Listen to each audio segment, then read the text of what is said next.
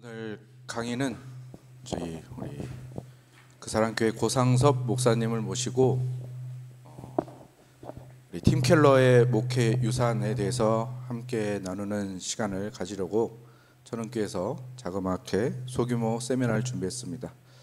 날짜가 한번 연기되는 바람에 많은 분들이 참석하지 못하셨지만 또 이렇게 자료로 또 남겨서 또 우리 노예와 또 동기 목사님들 또 우리 교회에 남기도록 하겠고요. 그래서 우리 천은교회가 팀 켈러 목사님 그 도시 선교 도시 목회 그것에 따라서 분립도 했었고 또 거기에 따라서 복음으로 행복한 교회를 꿈꾸며 나아가고 있는데 그 과정에 아주 중요한 또 하나의 그 시작점이 될 것 같습니다. 그래서 우리 팀 켈러 전문가이시고 또 많은 연구를 하셔서 또 여러 교회 분립에도 또 많이 관여하신 걸로 제가 알고 있습니다. 그래서 오늘 오셔서 감사드리고요. 우리 고상섭 목사님 모셔서 강의 듣도록 하겠습니다. 고상섭 목사님 나와주십시오. 네, 감사합니다. 네, 반갑습니다. 네. 그 팀 켈러 너무 방대해서 팀 켈러가 뭐를 강의를 해야 될까 좀 생각을 좀 했는데요. 그냥 팀 켈러를 이해하는데 좀 도움이 되는 팀 켈러의 복음의 어떤 백그라운드가 되는 그런 내용을 좀 말씀을 드리면 더 앞으로 좀 팀 켈러 책을 보는데 좀 이해가 조금 더 잘 되지 않을까 그런 생각을 좀 가지고 왔습니다. 그래서 왜 그 팀 켈러가 지금 우리가 공부하고 좀 배워야 되느냐 하면 그 뉴욕이라는 도시에 팀 켈러가 이제 교회를 개척했는데 뉴욕은 원래 이제 회의주의가 많았고 젊은이들이 교회를 잘 나가지 않는 그런 도시였는데 팀 켈러가 그 뉴욕이라는 곳의 한가운데 가서 교회를 개척했는데 정말 많은 사람들을 복음으로 이제 변화시킨 그런 탁월함을 좀 가졌습니다. 저도 팀 켈러 교회를 한번 가본 적이 있는데 그때는 교회가 이제 네 군데였습니다. 네 군데여서 팀 켈러가 어디에 설교를 할지 모르는 그래서 그냥 가까운 데 갔어요. 가까운 데를 갔는데 처음에는 어딘지도 모르고 갔어요. 그냥 교회가 어딘지도 모르고 갔는데 지하철역에 내리면 있겠거니 하고 갔는데 지하철역에 내렸는데 뭐 교회가 보이진 않았고 그냥 많은 젊은이들이 이렇게 지하철에서 내려서 쭉 가더라고요. 따라갔더니 그 대학교 강당을 빌려가지고 예배를 드리더라고요. 근데 사람들이 꽉 차 있었습니다. 제가 특이하게 봤던 것은 흑인, 백인, 황인종 관계없이 사람들이 다 가득 차 있었고 근데 충격을 받았던 것은 영창 피아노 같은 까만색 피아노 한 대가 있었어요. 그리고 팀 켈러의 설교, 그 다음에 성찬식 전부였습니다. 원래는 이제 클래식 예배가 있고 좀 재즈 예배가 있고 그런데 저는 그냥 클래식 예배를 간 거예요. 정통 예배를. 근데도 젊은이들이 가득 차 있었고 사람들이 뭐 팀 켈러의 설교에 굉장히 매료되고 그게 굉장히 놀랐습니다. 제가 개척을 하기 전이었는데 벌써 한 15년 정도 된 것 같은데 야, 이 뉴욕의 한복판에도 이 영창 피아노 한 대 갖다 놓고 말씀을 전하는데도 이 많은 젊은이들이 거기에 말씀을 들으러 오는구나라는 그런 이제 그 생각을 좀 한 적이 있습니다. 그러면 어떤 방식을 통해서 그 일을 했느냐 하면 전통적인 복음이죠. 웨스트민스터 교수를 했으니까 전통적인 복음이라는 방식을 가지고 현대에 접목시킨 거죠. 그 과정을 팀 켈러 통해서 좀 잘 배울 수 있는데 팀 켈러가 말하는 이제 복음에 대해서 좀 이해를 좀 하려면 우리가 이제 복음이라는 것은 이제 모든 것이 아니다. 이제 그렇게 센터 처치에서 시작하는데 저 말은 복음과 복음이 아닌 것을 구분할 수 있어야 된다는 거죠.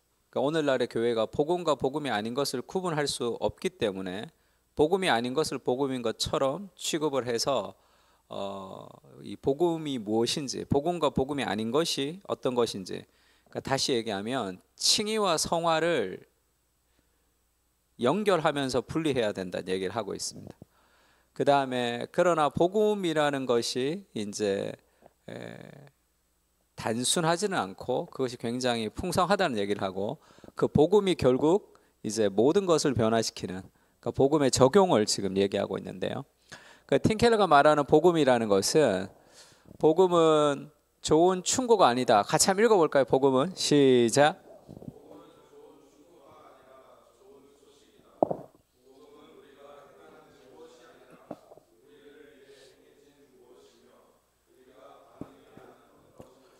그 팀켈러의 복음이 이제 저 안에 다 담겨져 있는데, 복음은 좋은 충고가 아니라 좋은 소식이다. 이렇게 충고와 소식의 차이가 뭐냐면, 충고는 들으면 내가 뭔가를 해야 되죠. 복음은 내가 하는 게 아니다라는 얘기를 하고 있습니다.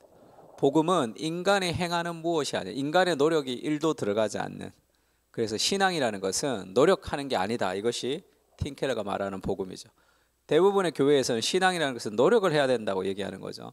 말씀을 보십시오, 기도를 하십시오, 순종을 하십시오라는 선언은 자칫 잘못하면 율법주의를 낳을 수도 있다는 거죠. 그러면 어떻게 전해야 되는가 했을 때, 복음이라는 것은 우리가 행하는 무엇이 아니라 우리를 위해 행해진 무엇이며 우리가 반응해야 하는 무엇이다, 이렇게 얘기했습니다. 그러니까 복음이라는 것은 그리스도가 우리를 위해서 행하신 것에 대한 반응을 얘기하는 거지, 내가 무엇을 하는 것이 아니다, 그렇게 얘기하는 거죠.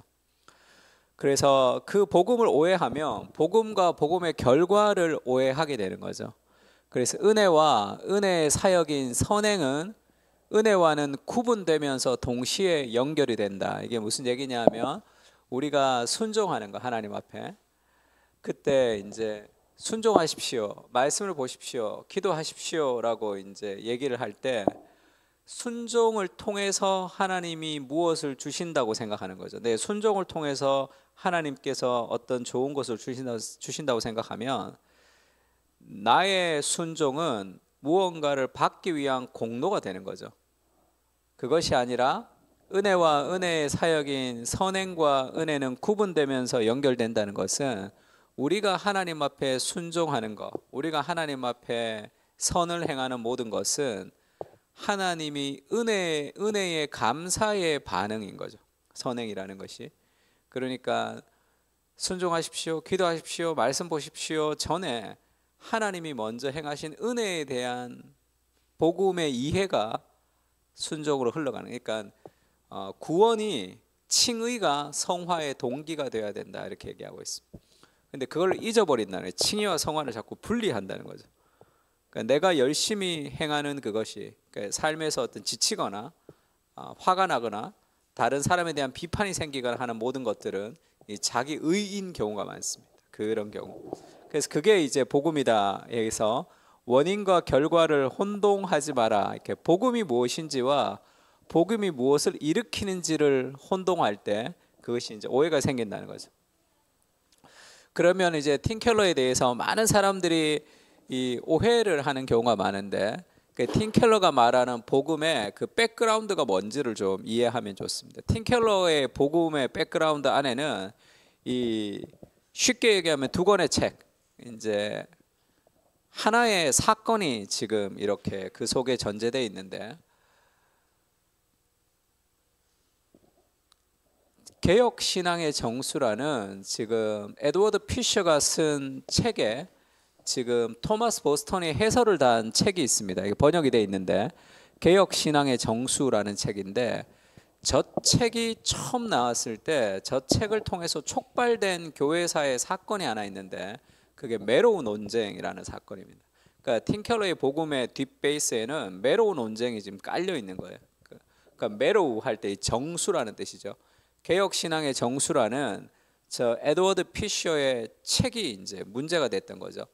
그 노예 안에서 문제가 됐습니다. 그 메로우 논쟁에 대해서 해설을 해놓은 책이 싱클러 퍼거슨의 온전한 그리스도라는 책입니다. 그래서 이 책 두 권이 팀 켈러의 복음의 백그라운드 안에 있는 거예요. 그래서 팀 켈러에 대해서 오해하는 사람들은 대부분 이 백그라운드에 대한 이해가 좀 부족하기 때문에 그런 경우가 많습니다. 그래서 메로우 논쟁 당시에 있었던 그 메로우 논쟁의 핵심이 무엇이냐면 윌리엄 크레이크라는 사람이 이제 목사 안수를 받아야 되는데 저기에 예스 노를 해야지 이제 안수를 받는 거예요. 우리도 목사 안수 받을 때 웨스트민스터 신앙 고백서에 뭐 고백을 다 뭐 믿습니까 할 때 예스 해야 이제 목사 안수가 되는 거죠. 근데 저런 문제가 하나 있습니다. 저게 오치터라트 신조라고 이름이 붙었는데 오치터라트라는 그 이제 마을에서 이제 나는 우리가 그리스도께로 나아오고 하나님과 언약을 맺기 위해 죄를 버려야 한다고 가르치는 것이 건전하거나 정통하지 않는다고 믿는다라는 것에 이 사람이 예스를 해서 목사 안수를 받았어요. 그리고 나서 난 양심상 저게 노라고 생각한다 해서 이제 문제가 발생됐습니다. 그러니까 좀 복잡하지만 쉽게 얘기하면 하나님께 나아갈 때 회개를 해야 된다. 회개라는 노력이 필요하다라고 생각을 했고 이 사람은 이 노예는 그것은 율법주의가 되는 거죠. 은혜가 회개를 낳는 것이지 회개가 하나님의 용서를 낳는 것은 아니다. 그래서 은혜가 먼저냐 행위가 먼저냐에 대한 싸움이 붙었습니다. 근데 노예에서는 지금 은혜가 중요하다고 생각을 했고 총회에서는 이 사람 손을 들어준 거예요. 그래서 노예와 총회가 갈등을 일으켰습니다. 그게 메로우 논쟁이죠. 희한하게 같은 웨스트민스터 신앙 고백서를 다 고백했던 교단 안에서 이루어진 논쟁이었죠.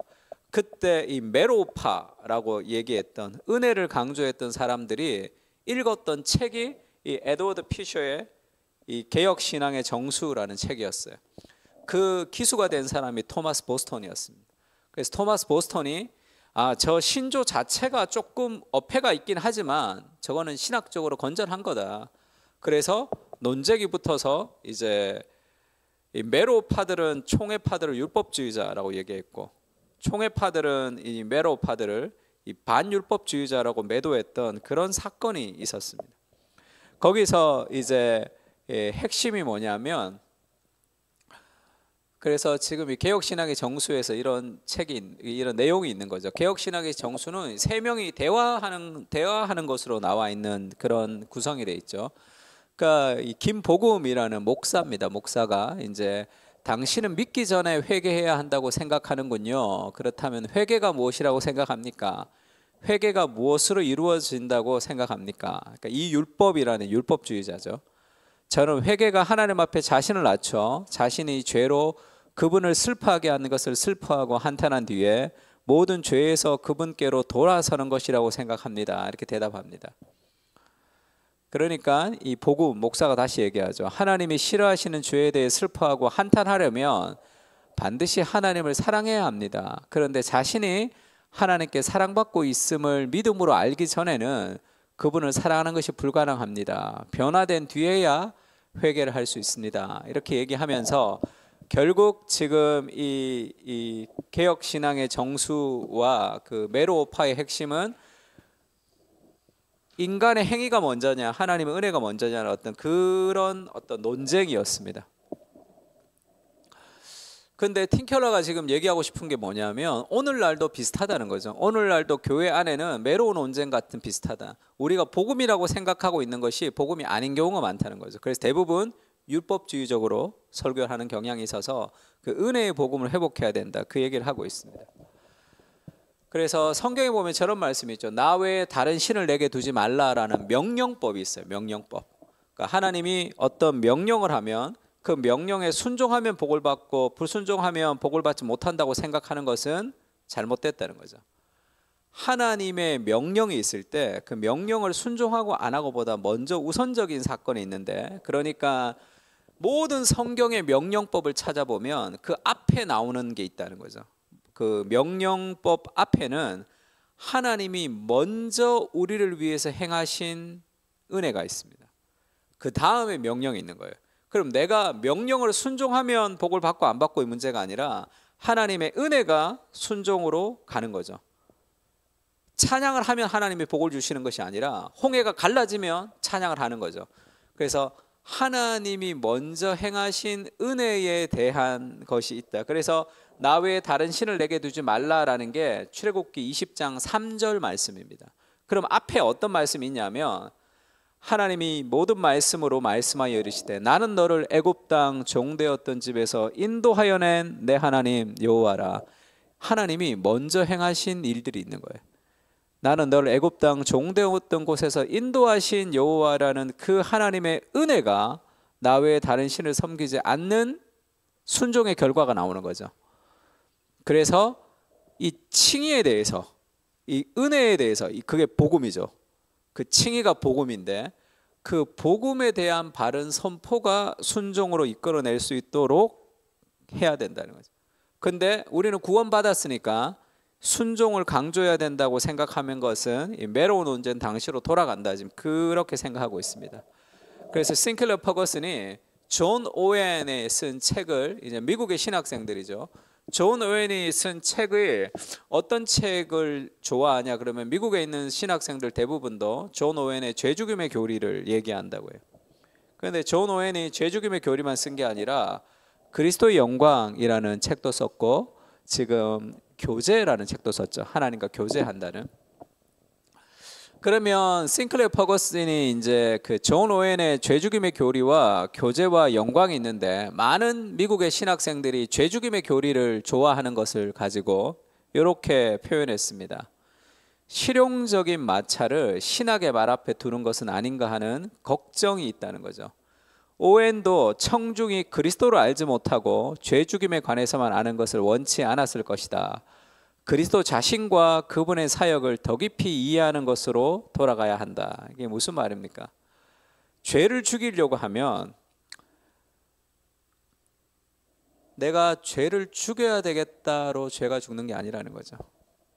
그러면 죄 죽임의 교리를 몰라도 그리스도의 영광과 하나님과의 교제를 누리면 죄가 죽어지는 거죠. 순서가 바뀌었다는 거예요.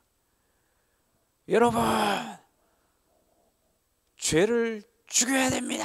이렇게 죄와 한판 싸움을 벌이는 인간의 노력은 다 패배로 돌아가고 하나님의 은혜, 복음에 대한 그 은혜가 죄 죽임으로 연결돼야 돼요. 순서가 바뀌어야 된다는 거죠. 그래서 그리스도를 알지 못하고 죄 죽임에 대해서 아는 것을 원치 않았을 것이다, 이렇게 얘기합니다. 그래서 복음은 좋은 충고가 아니라 좋은 소식이다, 이렇게 얘기하고 우리가 행하는 것이 아니라 우리를 위해 행해진 무엇이다. 그러니까 복음이라고 얘기할 때 내가 뭘 하는 게 아니다라고 생각하면 돼요.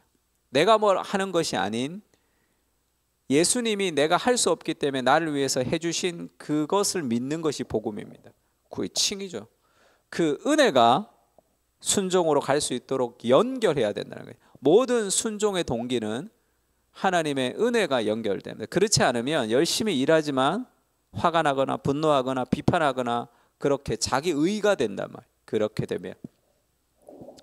그래서 믿음과 선행은 결코 혼동되어서도 안 되고 분리되어서도 안 된다. 믿음과 선행이 분리되지 않는다는 것은 은혜의 동기, 칭의가 성화로 연결돼야 돼요. 성화의 동기는 오로지 칭의여야 돼요. 그렇지 않으면 내가 열심히 헌신하는데 자기 의가 되기 때문에 그것이 번아웃이 되거나 탈진하거나 다른 사람을 향한 비판하거나 그렇게 되는 건 다 율법주의로 흐르는 거죠. 그래서 복음과 복음의 결과가 혼동되지 않아야 된다, 이렇게 표현하기도 하고요. 그리스도와 그리스도의 혜택을 분리하지 말아야 된다, 이렇게도 해석합니다. 근데 다 똑같은 얘기예요. 한마디로 얘기하면 칭의와 성화를 분리하지 말아야 된다. 성화는 칭의가 동기가 돼야 된다, 그 얘기를 하고 있습니다. 뭐 쉬운 얘기죠. 우리가 흔히 아는 복음인데 팀켈러의 강점은 그것을 설교에, 그것을 교회 프로그램에, 그것을 사역에, 그 신학을 연결시킨다는 거죠. 그 삶으로. 그러니까 설교할 때 최대의 관심사가 예수 그리스도와 그분의 십자가에 못 박힌 것인가, 아니면 다른 것, 이를테면 죄를 극복하거나 신앙생활을 잘하는 법, 혹은 복음을 통해 받는 혜택들에 초점을 맞추고 있는가. 복음의 혜택들은 이 복음에 대한 깊은 이해가 있으면 자연스럽게 그렇게 흘러간다는 거죠.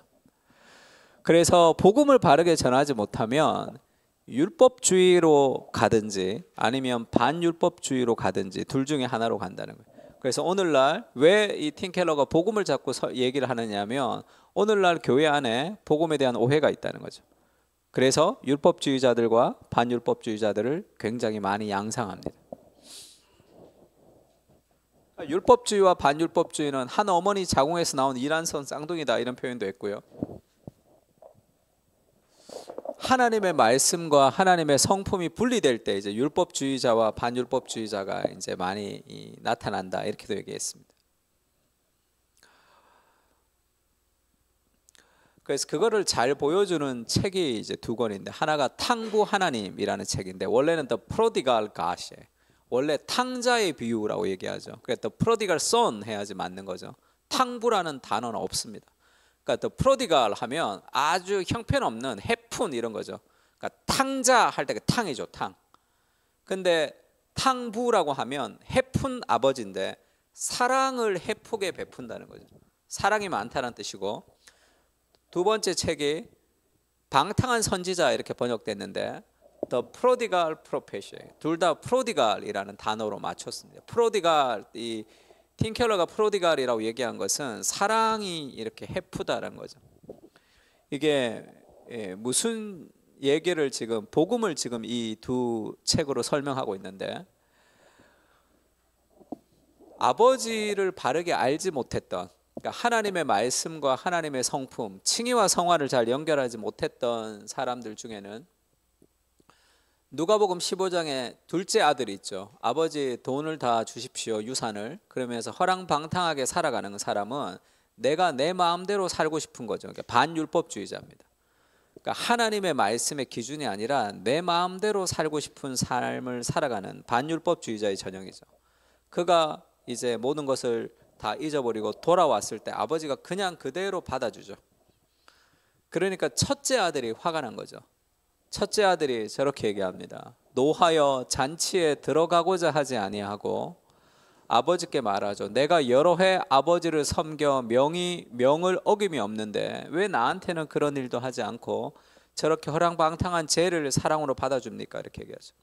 여기서 내가 여러 해 아버지를 섬겨 명을 어김이 없거늘 이게 무슨 말입니까? 내가 열심히 교회 생활하고 열심히 봉사하고 열심히 목회하고 내가 열심히 노력했는데 나한테 왜 그러십니까? 라는 율법주의자죠. 내가 말씀의 순종을 통해서 뭔가를 얻어야 되는데 내가 말씀에 순종하는 것이 내 뜻대로 하나님이 안 해준 거죠. 그러니까 그 사람이 말씀에 순종하고 교회 생활을 열심히 한 이유는 그것을 통해서 하나님을 쥐어 흔들고 싶은 거죠. 그래서 교회 안에 목회자 그런 사람들 많죠. 그게 인간의 본성이 본성. 저도 교회를 개척할 때 하나님의 은혜로 교회를 개척했잖아요. 근데 교회를 개척해서 교회가 막 여러 가지 좀 어려움이 있고 교회가 잘 안 될 때 원망이 들죠. 그게 인간의 본성. 왜 원망이 들죠? 그럼 목회 안 하면 되잖아요. 그럼 애초에 그냥 교회 개척을 안 했으면 되잖아. 하나님의 은혜로 교회를 개척했는데 내가 이렇게 열심히 하는데 하나님이 그러면 안 되지라는 느낌이 드는 거죠. 이게 율법주의.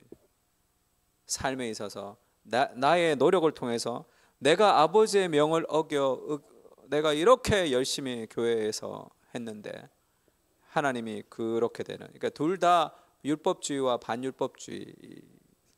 그러니까 복음에 대한 이해가 부족한 거죠. 은혜가 칭의와 연결되지 않을 때. 근데 요나서도 마찬가지입니다. 요나서도 하나님의 말씀을 피해서 도망가죠. 그거는 둘째 아들 같은 1, 2장에. 그 다음에 순종하죠. 순종했는데 자기 마음대로 안 되니까 화가 막 난단 말이에요. 그거는 첫째 아들 같은. 그러니까 율법주의와 반율법주의가 인간 안에는 늘 공존하는 거죠. 사람들 안에.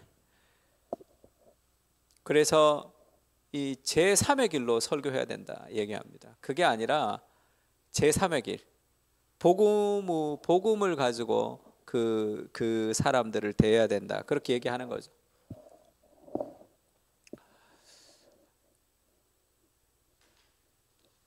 그러면서 왜 그렇게 해야 되느냐 하면 왜 복음, 이 그리스도 중심 설교를 얘기하는데 사람의 마음 속에는 감정이라는 이모션이 있고 그 다음에 더 깊은 곳에 어펙션이라는 정감이라고 번역했습니다. 그래서 조나단 에드워드가 쓴 신앙 감정론 할 때 religious affection이죠. 그러니까 신앙 정감론이죠. 사실 그냥 이모션이 아닙니다. 왜 수련회를 가서 눈물 콧물 다 빼고 기도를 하고 은혜를 받았는데 왜 삶이 안 바뀝니까? 그게 이모션의 변화는 삶이 바뀌지 않죠. 이모션의 변화는 삶이 바뀌지 않고 정말 삶이 바뀌려면 어펙션, 내 마음의 가장 깊은 어떤 사랑과 애정이 바뀌어야 됩니다. 인간의 가장 마음 속에 있는 어펙션이 바뀌어야 됩니다. 그래서 가난한 사람들, 그 다음에 불쌍한 사람들을 도와주고자 하는 영상을 보면 눈물을 흘리면서 사람들이 돈을 냅니다. 근데 어느 정도 내다가 또 그만둬요. 내가 힘들어지면 내지 않습니다. 그러면 진정한 내 삶의 나눔이 인생의 어떤 그런 방향성이 되려면 물질주의라는 어펙션이 깨지지 않으면 그런 일은 일어나지 않는 거예요. 그래서 은혜를 받았다고 하지만 삶이 바뀌지 않는 것은 이 이모션의 변화, 어펙션까지 변화되지 않는 거죠. 그 어펙션을 이제 조나단 에드워드는 인간의 마음의 깊은 곳에 있는 어펙션이라고 얘기했고 제임스 스미스는 욕망이라고 얘기했습니다. 디자이어라고 얘기하죠. 내 안에 있는 욕망. 어거스틴은 그걸 사랑이라고 얘기했습니다. 인간의 가장 깊은 곳에 있는 사랑. 그러니까 그거를 이제 우상숭배라고 얘기하는 거죠. 하나님보다 더 사랑하는 대상. 근데 이 정감이 어떻게 바뀌냐 하면 어펙션은 물론 어펙션이라는 정감도 감정으로 가득하지만 감정하고 똑같지는 않습니다. 정감은 어떤 대상의 아름다움과 탁월함을 만날 때 전인으로부터 흘러나오는 성향이거든요. 그러니까 그리스도의 복음의 은혜를 깨달아야지만 삶은 전인이 변화되는 거지 인간의 결단을 가지고는 삶이 변화되지 않네. 그래서 그리스도를 복음을 선포하는 것을 통해서 인간의 마음에 이 어펙션의 변화를 가지고 와야 된다 얘기하고 있습니다. 그러면서 이 죄를 다룰 때도 마찬가지죠. 마이클 존 큐직의 그 하나님을 탐닉하라라는 책을 썼는데 그 Searching for God, 원래는 Searching for Porno, 이 포르노 중독자였다가 이 목사가 됐습니다. 인터넷 서핑을 한다는 거죠. 그러면서 저런 문장이 나오는데 체스 스톤이 얘기했다고 알려져 있는데 또 뭐 강영환 교수님 책 보니까 체스 스톤이 얘기하지 않았다는 얘기가 있던데 어쨌든 체스 스톤이 얘기했다는 걸로 알려져 있습니다. 창녀촌의 문을 두드리는 사람은 예외 없이 하나님의 문을, 천국의 문을 두드린다 이런 표현이 있어요. 그러니까 이게 좀 말이 잘 안 되잖아요. 우리가 생각하기에는 내가 여기 있으면 하나님이 저기 있어요. 그러면 내가 술과 마약과 섹스를 찾는다는 것은 하나님이 저기 있으면 나는 이쪽을 가는 거죠. 그러니까 하나님과 멀어진다고 생각하는데 이 체스톤이 그렇게 얘기하지 않는 거예요. 창녀촌의 문을 두드리는 게 왜 천국의 문을 두드리냐는 거예요. 그거는 하나님과 반대로 가는 게 아니라 하나님께 나아가는데 중간에 머무는 것이다. 지금 그 얘기를 하는 거거든요. 그러니까 왜 그러냐 하면 사람이 술과 마약과 성을 찾는다는 것은 궁극적인 만족이 없기 때문에 찾는 거거든요. 내가 뭔가 좀 이 목마름이 있기 때문에 내가 찾는데 그 궁극적인 만족은 결국 하나님을 만날 때 사라지는 거거든요. 어거스틴이 고백록에서 내가 하나님 안에서 쉴 때까지 내 인생의 쉼을 얻지 못했습니다. 이렇게 얘기하는 것은 하나님을 만나야지 해결되는 문제인데 하나님 만나지 못한 삶에 갈망이 있다는 거니까. 그러니까 그게 하나님이 저기 있으면 내가 술과 마약과 성을 찾는다는 것은 하나님 이렇게 찾는 거예요. 근데 여기서 머무르는 거라. 더 나가야 돼 사실. 더 나가서 하나님을 즐거워하는 단계로 가야 되는 거죠. 그래서 존 파이퍼가 하나님을 기뻐하라 할 때 디자이어이죠. Desiring God 이렇게 얘기합니다. 그러니까 하나님을 기뻐하는 것이 뭐냐면 자기를 존 파이퍼가 그렇게 얘기하죠. 자기는 기독교 희락주의자다 이렇게 얘기합니다. 희락주의자 할 때 크리스찬 헤도니스트예요. 헤도니즘이 쾌락주의죠. 기독교 쾌락주의자 이렇게 얘기하는 거예요. 기독교는 진정한 쾌락의 종교다 이렇게 얘기해요. 사람의 제일 되는 목적이라는 것은 하나님을 영화롭게 하고 영원토록 그분을 즐거워하는 거거든요. 인간의 즐거움은 하나님의 영광과 연결되어 있습니다. 하나님을 가장 즐거워할 때 인간의 가장 큰 행복과 쾌락, 그러니까 술과 마약과 성이라는 것은 이 쾌락을 여기 머무는 거라, 더 나가야 된다 그렇게 얘기합니다. 그래서 C.S. 루이스가 현대인의 사고에서 자신의 행복을 추구하는 것은 나쁜 게 아니다, 내 행복을 추구하는 것이 나쁜 게 아니다 이렇게 얘기하죠. 그리고 복음서가 당당하게 약속하는 보상은, 하나님은 우리의 갈망이 너무 강하기는커녕 약하다, 죄에 대한 갈망이 너무 큰 게 아니라 갈망이 너무 약하다고 얘기한다는 거죠. 우리는 무한한 기쁨을 준다고 해도 술과 섹스, 야망에만 집착하는 냉담한 동물들이다. 마치, 우리 빨간색 같이 한번 읽을까요? 시작.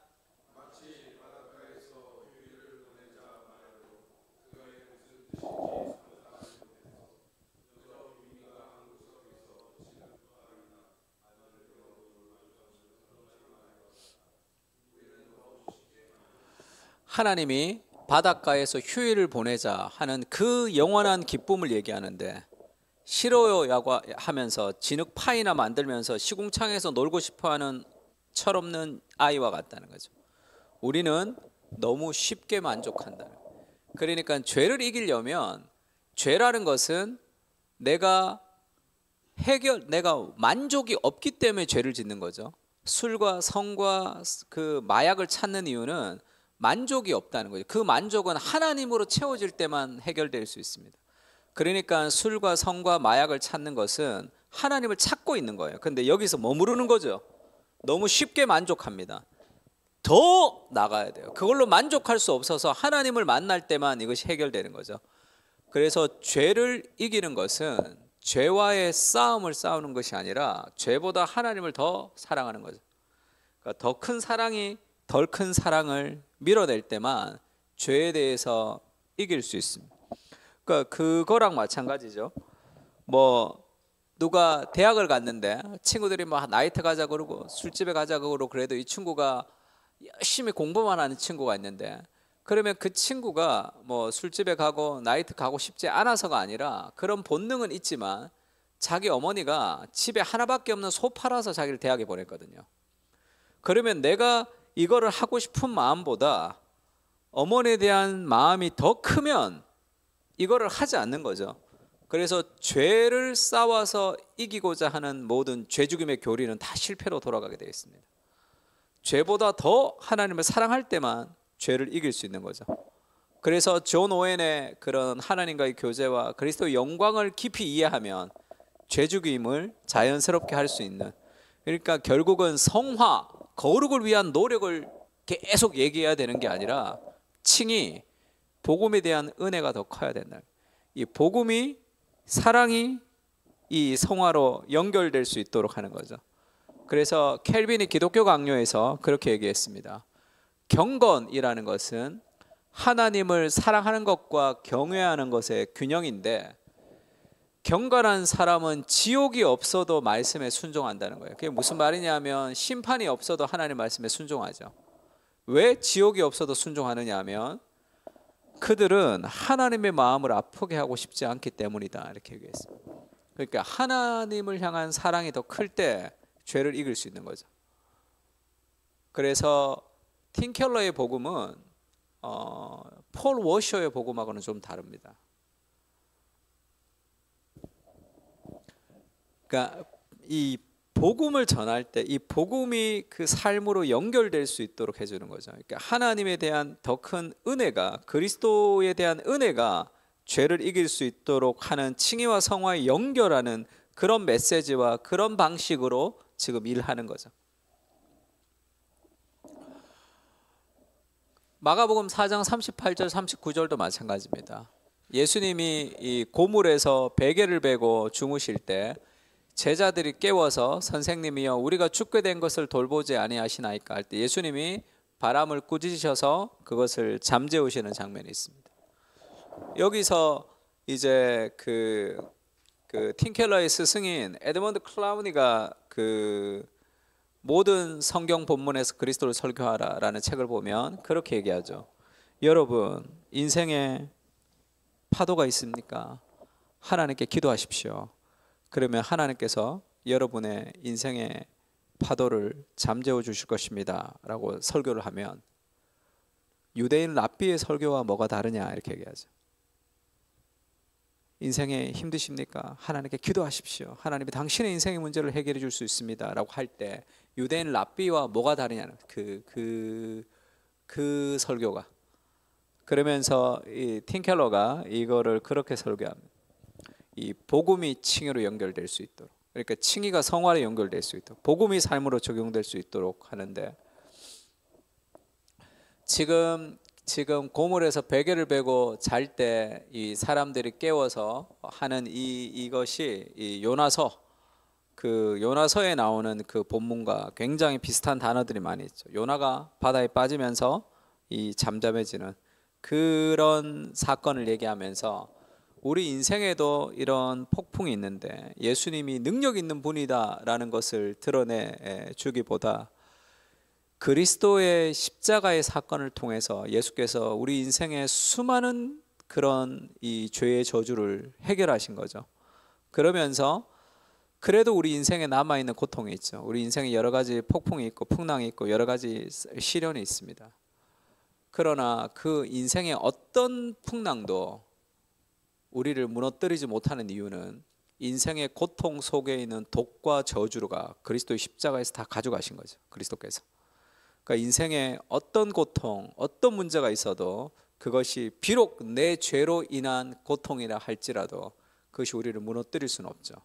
그리스도의 십자가에서 모든 저주와 모든 독이 그리스도 십자가로 다 가져가게 돼요. 그래서 인생에 남아있는 삶에 여러 가지 고난이 있지만 그것은 우리를 무너뜨릴 수 없는 거죠. 사람이 감당하는 시험밖에는 너에게 당한 것이 없는데, 너희가 감당치 못할 시험 당하면 허락지 아니하시고 시험 당할 즈음에 피할 길을 내사 너희로 능히 감당하게 하시니라 할 때, 우리가 왜 모든 것을 감당할 수 있냐면 그리스도가 그것을 다 가져가셨기 때문이죠. 근데 이게 칭의와 성화를 연결하지 못하는 복음을 전할 때는 세상에서 말하는 멘탈을 강하게 하라는 것과 비슷해집니다. 기도하십시오. 문제 앞에 기도하십시오. 기도를 통해서 문제를 극복하십시오. 이렇게 얘기한다고. 그래서 자수성가한 자수성가한 목사님 아들들, 자수성가한 장로님 아들들을 만나보면 엄청난 스트레스가 많아요. 왜냐하면 자수성가한 목회자들과 장로님들이 가지는 착각이 뭐냐면, 인생의 고통을 겪어서 나는 남들보다 더 많은 고난을 겪어서 남들보다 더 고난을 이겼기 때문에 더 강한 사람이 됐다라는 착각을 하는 거예요. 야, 밥만 먹고 공부만 하는데 그것도 못하냐 이렇게 얘기해. 더 강한 사람이 되도록 자꾸 요구하는 거예요. 성경은 그렇게 얘기하지 않습니다. 성경은 더 내가 약할 때 강하다 이렇게 얘기하죠. 나는 아무것도 할 수 없는 게 복음이죠. 그리스도께서 나를 위해서 행하신 것을 믿는 것이 복음인데, 더 강해야 된다, 더 열심히 해야 된다 이렇게 얘기한다고. 그게 교만이죠. 그게 완전히 비복음적인 그 메시지인데, 쉽게 얘기하면 인생의 고통은 우리를 강하게 하지 않습니다. 고난을 당한다고 인간이 강해지지가 않죠. 바울이 그렇게 얘기하죠. 내가 사망의 고통을 당했는데 그 사망의 고통에서 두 가지를 배웠는데, 하나는 자신을 의지하지 않고 하나님만 의지하게 하려 하며 이렇게 얘기하죠. 인생의 고난을 닥치면 인간은 어떤 고난도 이길 수 없는 연약한 존재라는 것을 발견합니다. 그래서 하나님을 의지해서 그 하나님께서 삶의 고난을 이기도록 하시는 거죠. 그래서 사람이 감당할 시험밖에는 당한 것이 없습니다. 그러니까 내가 더 강해진다거나 내가 뭐 해야 된다거나, 그것은 다 어떤 율법주의적, 이렇게 칭의와 성화가 분리될 때 이제 그런 현상이 발생된다는 거예요. 그리스도가 우리의 모든 고통을 다 가져가셨고, 그것이 우리 삶의 어떤 도전이 되는, 그러니까 용기라는 것은 그런 거죠. 우리는 양인데 이리 가운데 내어놓은 양이라는 거예요. 그럼 우리가 이길 수 없습니다. 세상 이길 수 없어요. 근데 우리의 담대함이 어디서 오느냐 하면, 나한테서 오는 것이 아니라 목자가 내 옆에 있다는 삶의 안정감이죠. 그 복음이 우리를 강하게 하는 거죠. 내가 강해지는 것이 아니라, 기도하십시오, 말씀 보십시오, 뭐 하십시오 해서 그걸 통해서 내가 뭔가를 뚫고 나가는 게 아니라, 나는 약한데 내 옆에 계신 그리스도, 사망의 엄침한 골짜기를 가면 늘 두렵지만 내가 두려워하지 않는 이유는 주께서 나와 함께 하시는 거죠. 그러니까 복음을 선포해서 그 칭의가 성화로 이어질 수 있도록 해야 된다. 그 얘기를 지금 이 팀 켈러의 복음 안에서는 굉장히 강하게 얘기합니다. 사람이 나누는 것도 마찬가지죠.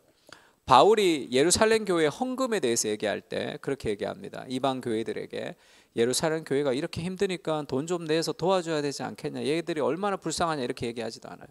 그리고 너희가 돈을 좀 내면 하나님이 너희를 축복해 주신다, 그런 얘기도 하지 않습니다.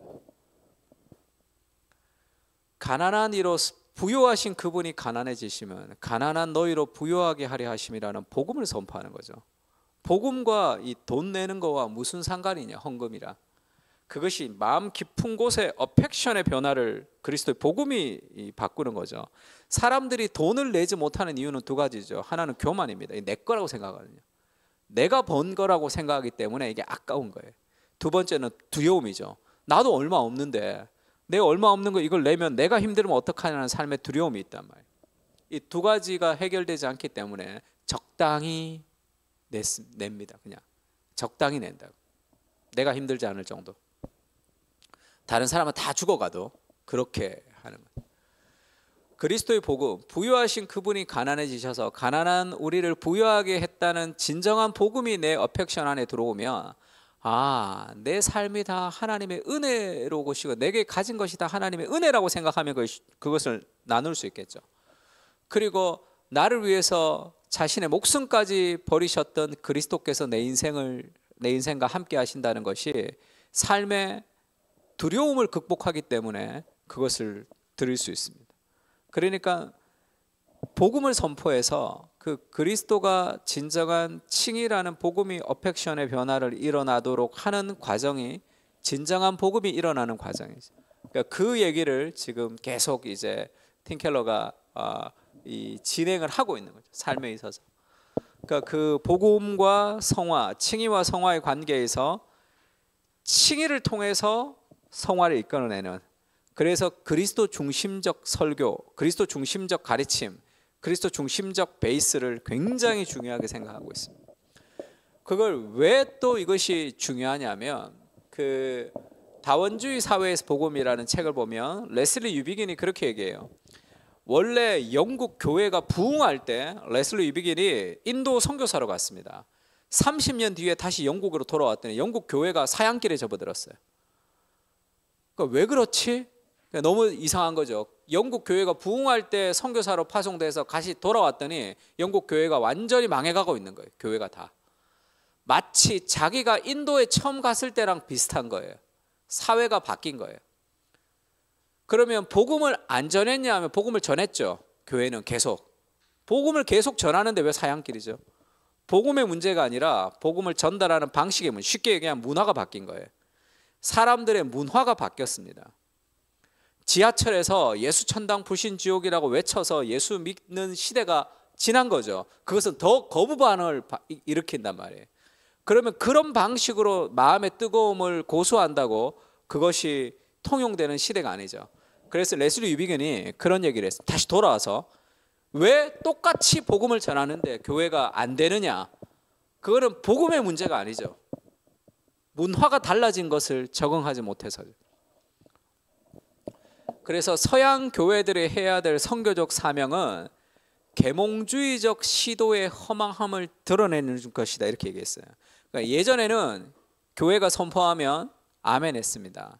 요즘은 교회가 선포해도 하나님의 말씀보다 계몽주의 이후에 인간의 이성이 더 중요한 거예요. 그래서 내 생각에 판단해서 내가 이해되면 받아들이고 내가 이해 안 되면 안 받아들인다는 시대가 됐단 말이에요. 그러면 복음을 아무리 전해도 내가 이해되면 받아들일게 이런 사람들한테는 안 통한다는 거예요. 그러면 내가 이해되면 받아들일게라는 이성이 얼마나 잘못됐는지를 깨닫게 해줘야지 복음을 받아들여요. 복음의 장애물을 치워줘야 된다는 거예요. 장애물이 있는데 계속 거기를 들이받아서는 안 되고 복음의 장애물을 치워줘야 되는데, 그거는 복음보다 높아진 문화, 이성의 계몽주의 이성의 허망함을 먼저 치워줘야지 복음이 들어갈 수 있다는 거예요. 그러니까 팀 켈러의 강점은 복음을 전하는데, 고전적인 복음을 전하는데 그것을 설득력 있는 방식으로 전했기 때문에 통하는 거죠. 그 삶에 있어서. 그것이 팀켈러의 복음인데, 쉽게 얘기하면 이 문화 내러티브라는 그런 주제가 있습니다. 문화 내러티브가 뭐냐면 성경의 진리하고는 다르지만 일반 사회에서 진리처럼 생각하는 공리라 그러죠. 모두 다 아는 것, 너무나 자명한 전제에서 사람들이 의문조차 품지 않는 것, 그걸 문화 내러티브라 그럽니다. 사람들은 거기에 젖어서 살고 있는 거예요. 성경이랑 다른 가치관을 배우면서 살고 있습니다. 직장과 가정과 TV와 영화와 이런 문화 속에서 다른 것을 배워서 문화 내러티브를 가지고 교회 안에 오는 거예요. 그러니까 거기에 복음을 아무리 선포해도 들어가지가 않습니다. 복음의 장애물인 그걸 치워줘야 된다는 거예요. 근데 그게 이 문화 내러티브가 어디서 오느냐 하면, 그게 이 세상이라는 지금 마음의 우상과 베네티 페어이라는 이 허영의 시장이라는 데이비드 폴리슨의 논문이 있습니다. 그러니까 이 우리가 살아가는 이 문화가 주는 어떤 메시지가 있다는 거예요. 옛날에 저희보다 어르신들은 직업이 있으면 감사했어요. 왜? 가족을 부양할 수 있으니까. 저희보다 밑에 세대의 젊은이들은 98%가 직업에 만족하지는 못합니다. 직업이 돈 벌어서 가정을 이렇게 부양하는 수단 이상이 돼버렸죠. 직업이라는 것이 자아 실현의 장이 됐어요. 그러면 희한하죠. 우리보다 나이가 많은 분들은 대체로 직업에 만족하면서 그렇게 살았는데, 왜 요즘 젊은 사람들은 거의 90몇 프로가 직업에 만족을 못할까요? 그건 뭐죠? 그게 문화가 주는 영향이죠. 자아 실현, 인생의 진정한 행복이 자아를 실현하는 것이고, 그것은 개인적 직업을 통해서 이룰 수 있다라는 문화 내러티브가 형성됐기 때문에 그것을 깨트려 주지 않으면 복음을 전달하기가 쉽지 않습니다. 왜? 그것이 구원이 됐거든요. 그것이 하나님이 됐단 말이에요. 직업을 통한 성취가 하나님이 된 상황에서 아무리 설교해도 들어가지가 않습니다. 거기에 영향을 주지 않을 정도로만 신앙생활을 하는 거예요. 내가 신앙생활을 하는 이유는 거기에 도움이 되기 때문입니다. 그래서 그 가치와 신앙의 가치가 부딪히면 신앙의 가치를 버리죠. 왜? 그 문화적 내러티브가 우리에게 다른 것을 심어줬거든요. 그것이 잘못됐다는 것을 드러내지 못하고 복음만 전하는 방식으로는 통하지 않을 수 있는 가능성이 많습니다. 영국 교회처럼 되는 거죠. 영국 교회가 한 번도 복음을 안 전한 적 없습니다. 근데 문화를 따라가지 못했던 거죠. 그래서 요나서에 보면 요나가 그렇게 얘기하죠. 요나가 도망갑니다. 하나님이 말씀을 선지자에게 네가 니느웨에 가서 복음을 전하라 했는데 안 하죠. 그러니까 왜 안 하냔 말이에요. 하나님의 말씀에 왜 불순종하죠? 하나님보다 더 섬기는 하나님이 있거든요. 내가 하나님보다 더 섬기는 다른 하나님이 있을 때 하나님 말씀을 순종합니다. 불순종하죠. 우리가 거짓말하죠. 왜 거짓말하죠? 내 평판이 하나님 말씀에 순종하는 것보다 더 중요하니까 거짓말하는 거예요.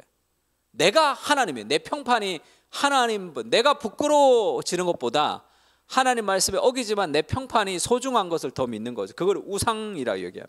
우상 숭배. 그래서 사람들은 교회에 와 있지만 다른 하나님을 믿으면서 와 있는 거예요. 그래서 아무리 하나님을 선포해도 자기 하나님을 버리지 않는 다음에 하나님을 잘 받아들이지 않습니다. 마치 일본에서 복음을 전할 때 예수님을 영접시킬 때 우리가 사람들이 쉽게 영접하는 이유가 뭡니까? 내가 이 신 믿고 있고 저 신 믿고 있고 예수 신도 믿는 거죠, 그냥. 그런 식의 하나님의 최고의 가치가 아니죠. 그래서 어거스틴이 죄에 대해서 disordered love라고 그랬어요. 순서가 바뀐 사랑. 이게 죄죠. 가족을 하나님보다 더 사랑하는 사람들도 있습니다. 그러면 그건 우상이 되는 거예요. 그래서 결국 자기를 망칩니다. 자녀를 하나님보다 더 사랑하는 사람은 자녀가 너무 소중해요.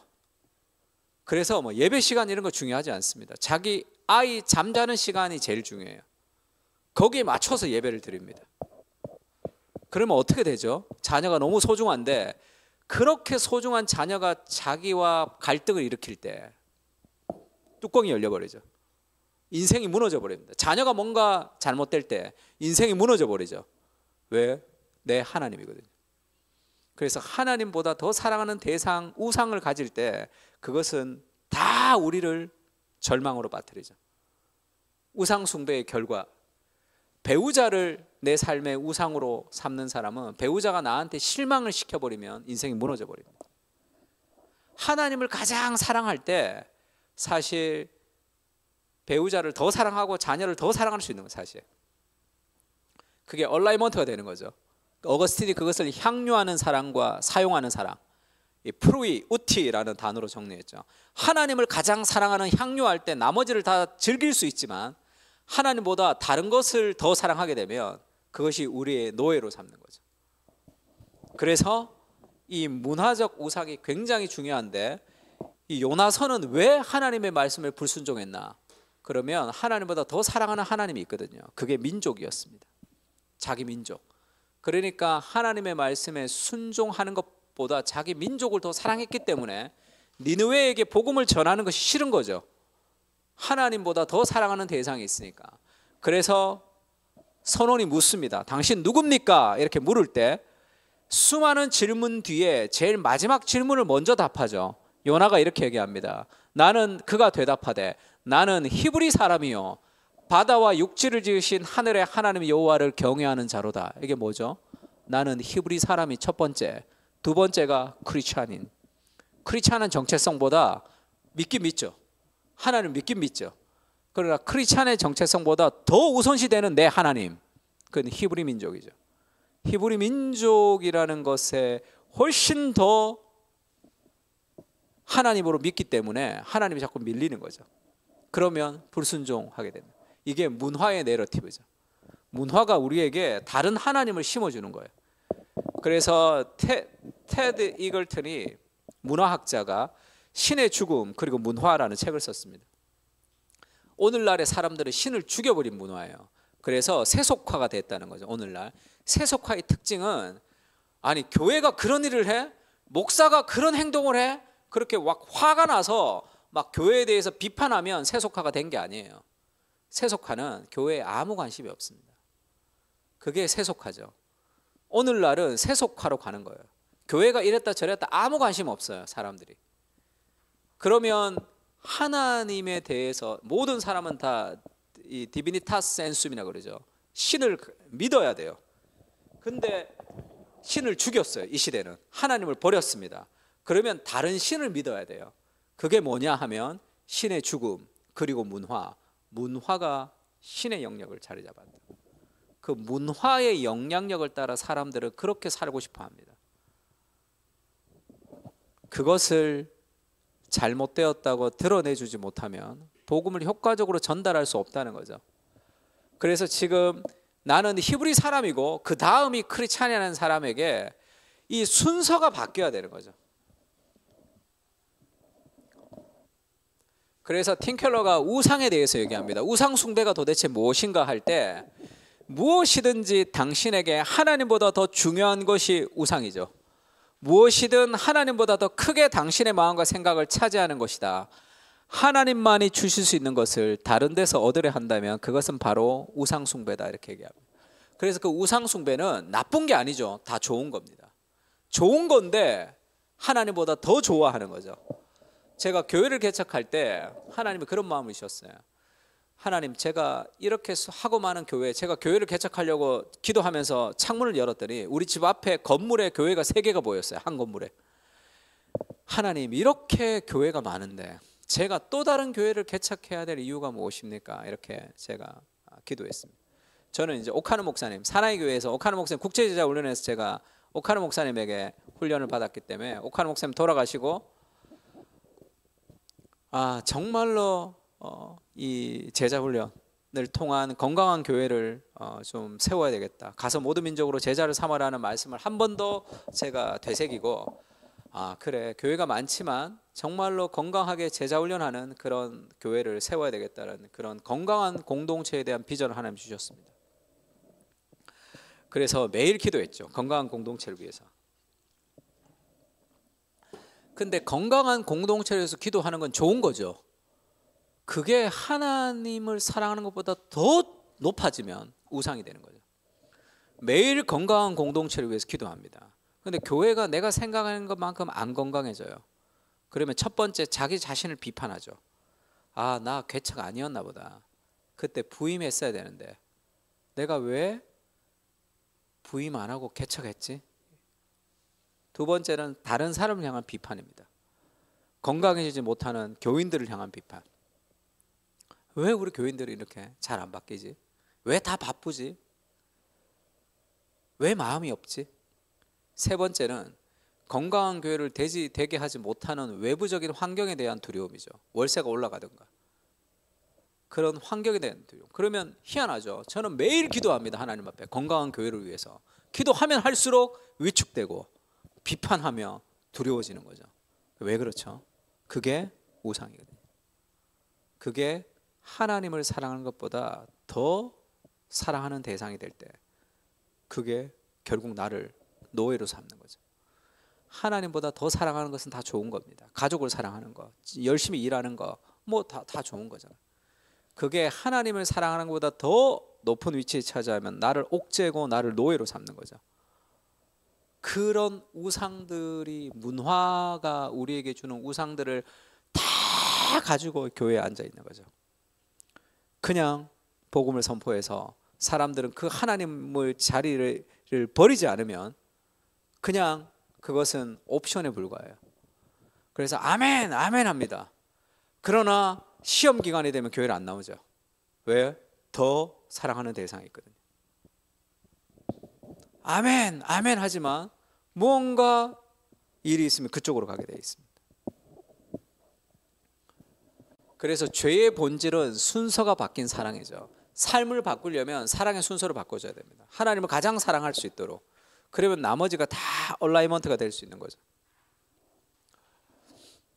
그래서 결국 하나님을 알지만 우상이라는 것은 하나님께 영광을 돌리지 않고 하나님께 바쳐야 될 영광을 썩어질 사람과 새와 짐승과 기어다니는 동물의 모양의 우상으로 바꾸는 거죠. 하나님께 드려야 될, 하나님을 섬겨야 될 가장 최고의 자리를 다른 것을 둡니다. 돈, 성공, 뭐 사랑, 연애, 가족, 뭐 목회까지 어떤 선한 것도 다 순서가 바뀌면 죄가 되는 거죠. 그러면 내 안에 우상이 없는 사람은 없어요. 늘 우상이 있습니다. 그 우상을 어떻게 분별하느냐? 내가 슬퍼지는 거 있죠. 슬픔이라는 것은 내가 이길 수 있는, 힘들지만 이겨나갈 수 있는 걸 슬픔이라고 그래요. 절망은 완전히 힘들어서 내가 이겨나갈 수 없는 걸 절망이라고 얘기합니다. 나를 절망시키는 모든 것은 다 우상이에요. 나를 절망시키는 감정의 끝자락을 찾아가면 내가 왜 이렇게 힘들지, 내가 왜 이렇게 절망하지 할 때 그것은 결국 하나님보다 더 사랑하는 대상 때문에 힘든 거죠. 하나님을 가장 사랑하면 정말 인생에 힘든 일이 있어도 그것이 절망까지 가지 않습니다. 하나님이 함께 하시니까. 근데 왜 절망하죠? 하나님보다 더 사랑하는 대상이라는 것을 나한테 알려주는 거예요. 삶에 있어서. 그래서 나를 절망시키는 모든 감정들은 결국 우상을 발견하는 지름길이 되는 거죠. 그래서 그 우상을 좀 발견할 수 있도록 이제 도와줘야 되죠. 근데 문제는 그 우상이 돈을 사랑하고 성공을 사랑하고 하는 그 정도 사랑이 아니라 마음의 근원적인 우상이 있는 거예요. 표면적인 우상이 있습니다. 그러니까 저렇게 되는 거죠. 우리가 드러나는 우상은 아주 가벼운 거예요. 마음 깊은 곳에 근원적인 우상이 도사리고 있는 거죠. 이 도표를 제가 한번 보내드렸는데 한번 보시면 좋을 것 같아요. 어떤 목사님이 계셨는데 그 목사님은 그 목사가 되기 전에 이 여자 저 여자를 막 만나던 사람이었어요. 그러니까 플레이보이였습니다. 온갖 여자들 다 만나서 그렇게 그 연애를 즐기던 사람 플레이보이였는데 이 사람이 목사가 됐어요. 이 변화가 돼서 은혜를 받고 목사가 됐습니다. 그래서 한 가정의 남편이 되어서 한 여자를 사랑하며 충실한 가장이 되었는데 이 사람은 회의만 가면 자기가 회장이 아닌데도 자기가 발언을 해야 돼요. 자기가 주도권을 잡아야 돼요. 의견이 충돌되면 반드시 이겨야 됩니다. 그러니까 왜 그렇죠? 왜 이 사람은 회의만 가면 자꾸 그렇게 자기가 주도권을 잡고 자기에게 반대하는 사람에게 공격하고, 그 사람의 우상은 여자가 아니었어요. 연애가 아니었다고. 그 사람의 마음의 깊은 우상은 통제입니다. 통제. 이 여자 저 여자 만나는 것도 내가 통제할 수 있으면 이제 식상해지는 거예요. 근데 은혜는 받고 뭔가 바뀐 것 같지만 통제 우상이라는 게 그 마음에 깊이 있는 거죠. 내가 통제되지 않는 환경을 견딜 수 없어 합니다. 이런 사람들 많아요. 어떤 사람은 안정의 우상이 있는 사람이 있어요. 스트레스의 상황을 견딜 수 없는 거죠. 그러면 삶에 하나님이 주시는 모험을 할 수 없습니다. 어떤 사람은 힘이에요.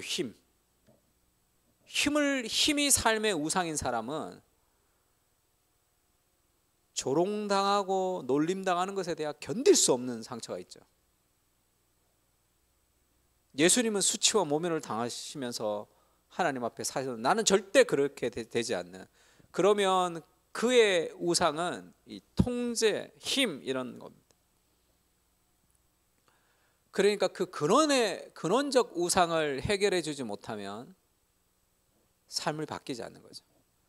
근원적 우상을 해결할 수 있는 그것이 복음이라는, 그리스도 중심. 그 복음을 선포해서 하나님의 아름다움이 내 마음 깊은 곳에 심어질 때만 삶의 진정한 변화가 있을 수 있다. 그 얘기를 하고 있습니다. 그래서 이런 근원적인 우상들이 다 있다, 그런 얘기를 이제 쭉 하는 거죠. 그래서 힘이 이제 근원적인 자기의 우상인 사람은 그 사람에게, 그 사람이랑 같이 일할 때 어떤 느낌을 받냐면 주위 사람들이 이용당했다는 느낌을 받아요. 전우의 시체를 넘어 앞으로 계속 전진하는데 옆에 사람 상처받고 이런 거 상관없습니다. 목표를 이루어야 되는 거예요. 그냥 계속 가는 거죠. 안정이 우선인 사람은 일을 못해요. 이 사람 챙기고 저 사람 챙긴다고 전진하지 못하는 그런 삶에, 그러니까 안정이라는 것이 우상이 된 사람은 안정 때문에 결국 어떻게 되냐면 권태와 무료함이 있습니다. 우울이 있고, 모험하지 못하면 우울이 있겠죠. 결국 그 우상을 버리지 못하면 결국 안정의 우상이 권태를 가는 거고, 힘의 우상을 갖고 있는 사람은 결국 분노의 문제를 해결할 수 없어요. 그 분노하는 문제를 해결할 수 없습니다. 자동차 운전하다가 왜 화가 나죠? 잘 생각해 보시면 세상이 내 마음대로 돌아가지 않기 때문이거든요. 이 사람들 왜 이렇게 막혀지? 그 사람들도 바쁜 일이 있겠죠. 내가 바쁜데 앞에 있는데 화가 난단 말이에요. 내 마음대로, 세상이 내 마음대로 되지 않기 때문에 화가 나는데, 다시 얘기하면 내가 하나님이다 이렇게 얘기해요. 만약에 하나님께서 고상섭에게 차가 막히는 것을 통해서 인내심을 길러주고 싶어 하시는 하나님의 섭리일 수도 있잖아요. 그러면 차가 막히는 것을 내가 인내하면서 하나님 앞에 거룩한 성품을 자라가게 할 수도 있는 하나님의 어떤 섭리 안에 있다면, 우리가 다 하나님의 섭리 아래 있는 거죠. 그 순간엔 내가 하나님인 거예요. 내 마음대로 되지 않기 때문에 화가 나는 거죠. 그 자기중심성이라는 그 우상을 버리지 못하면 분노의 문제가 해결되지 않습니다. 그러면서 복음을 듣고 아멘 아멘 아멘 아멘 하면서 삶이 바뀌지 않는 경우가 많겠죠. 이 근원적인 우상을 다루어줘야 되는 거예요. 깊은 삶의 우상. 그러려면 마음을 향한 설교와 문화를 향한 설교가 이렇게 연결되어 있다는데, 그것을 통해서 그 사람 안에 있는 우상을 치워주고 발견시켜주고 그 다음에 복음을 심어줘야 된다. 그래서 팀 켈러의 설교의 과정은 문화를 향해 먼저 설교합니다. 그러니까 우상을 제거해줘요. 이렇게 버려줍니다. 내가 어떤 복음의 장애물이 있는지를 알려줘야 되는 거예요. 그 다음에 그리스도의 아름다움을 심어서 그리스도를 따라갈 수 있게 하는 거죠. 이 마음의 우상을 가지고 있는 사람에게 그냥 예수님을 선포해 가지고는 이 사람이 예수님이 자기 하나님이 아니에요. 더 하나님이 있어. 그 자기 하나님을 믿고 있는데 이 밑에서 왔다 갔다 하는 거예요. 그냥. 그러니까 이것이 잘못됐다는 것을 깨닫지 못하면 복음을 잘 받아들이기가 쉽지 않을 수가 있습니다. 그러니까 문화를 향한 설교와 마음을 향한 설교가 연결돼 있다. 요거를 좀 기억하시면 좋을 것 같고, 한 10분 정도 쉴까요, 목사님? 틴 켈러 사실 그 설교가 어떤 그 틴 켈러의 어떤 신학의 방향 같은 건데, 그러니까 문화를 향한 설교가 이제 사람들에게 우상을 드러내는 과정이 좀 필요한 거죠. 저거는 좀 고민이 좀 많이 필요한 것 같습니다. 특히 한국적 상황에서 사람들의 마음의 우상을 좀 드러내야지 되는 거니까. 그리고 이제 마음을 향해 설교하라, 그리스도 중심적 설교를 해야 되는데, 그래서 틴 켈러가 복음과 삶이라는 책을 썼는데 저기서도 사과가 공동체예요. 공동체. 사과가 우리 교회가 건강한 공동체가 돼야 된다는 게 사과고, 삼과가 우상입니다. 우상 숭배. 이게 왜 순서가 이러냐면, 소그룹에서 가장 큰 어려움은 개인이 타인 앞에서 자기에게 초점을 맞추는 계기를 제공하는 것이다. 매주 소그룹으로 모이기는 모이지만 진정한 공동체를 만드는 요소는 없을 수도 있다는 거죠. 왜냐하면 우리의 우상과 마음의 습관들로 인해 교회 모임이 단지 개인들이 다른 사람 앞에서 자기에게 초점을 맞추는 장소가 될 수 있기 때문이다. 마음의 우상을 제거하지 못하면 소그룹으로 모여가지고 자기 중심성만 더 강화될 수도 있습니다. 그래서 이 우상을 다루는 것이 굉장히 중요한 거죠. 사람들에게. 그러니까 복음의 장애물을 치워주는 거라고 얘기할 수 있습니다. 그러니까 탈기독교 시대의 전도에서도 교리를 가르칠 때도 대항적 교리 문답이라고 얘기하죠. 옛날의 교리는 성경 교리를 사용해서 세상 문화가 제시하는 신념을 무너뜨리되, 그 문화의 내러티브는 답변하지 못하는 인간 내면의 물음에 대답해주는 작업을 해야 된다는 거죠.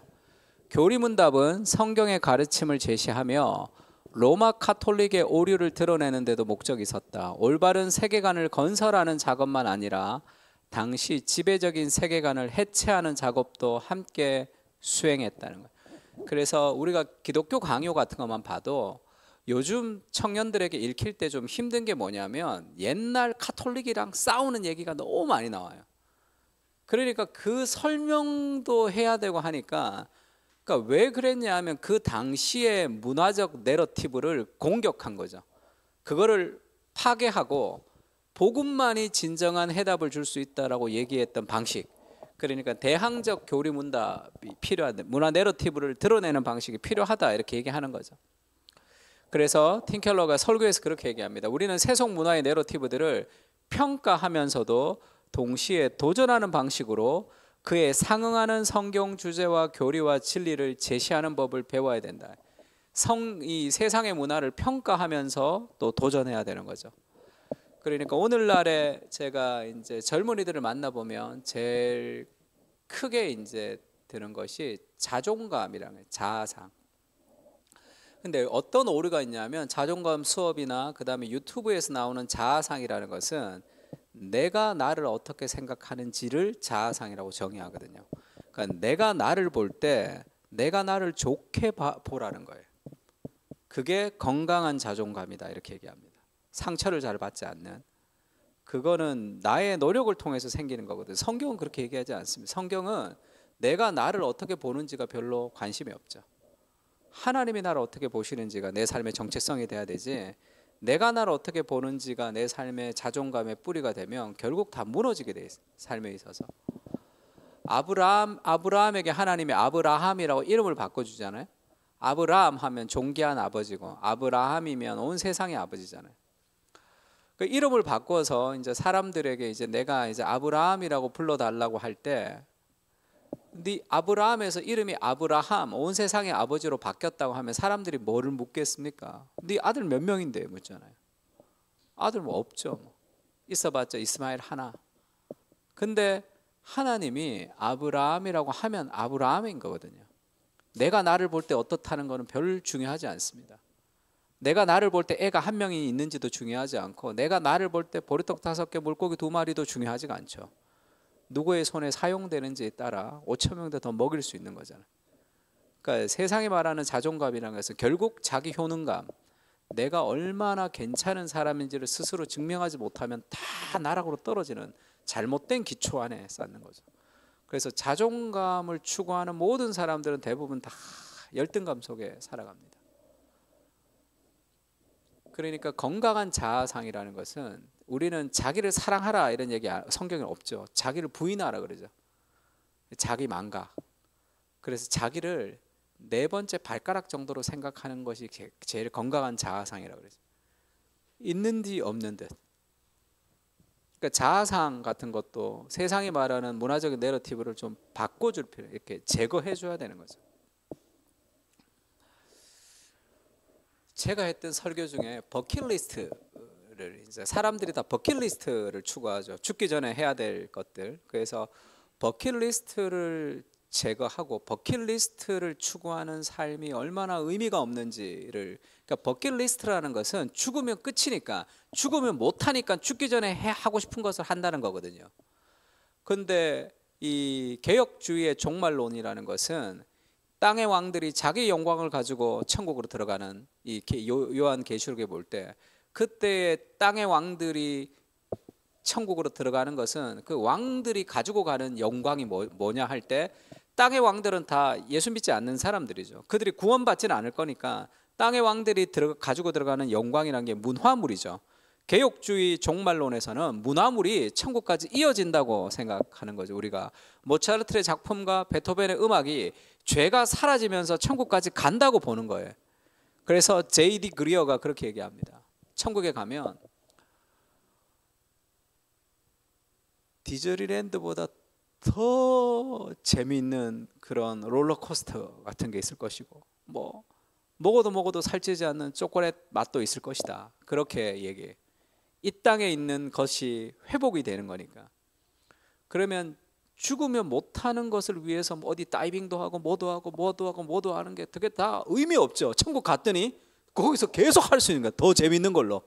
그럼 그것을 추구하며 이 땅을 살아가야 되는 게 아니라, 죽으면 할 수 없는 것, 천국 가면 할 수 없는 것을 해야 되는 거죠.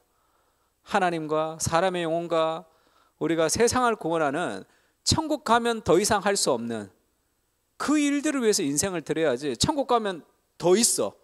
그럼 여기서 할 필요가 없잖아요. 그것은 죽으면 끝이다라는 그 사상이 우리에게 주는 거죠. 버킷리스트라는 게 좋은 의미도 있지만 그렇게 들어오는 거죠. 소확행이랑도 마찬가지.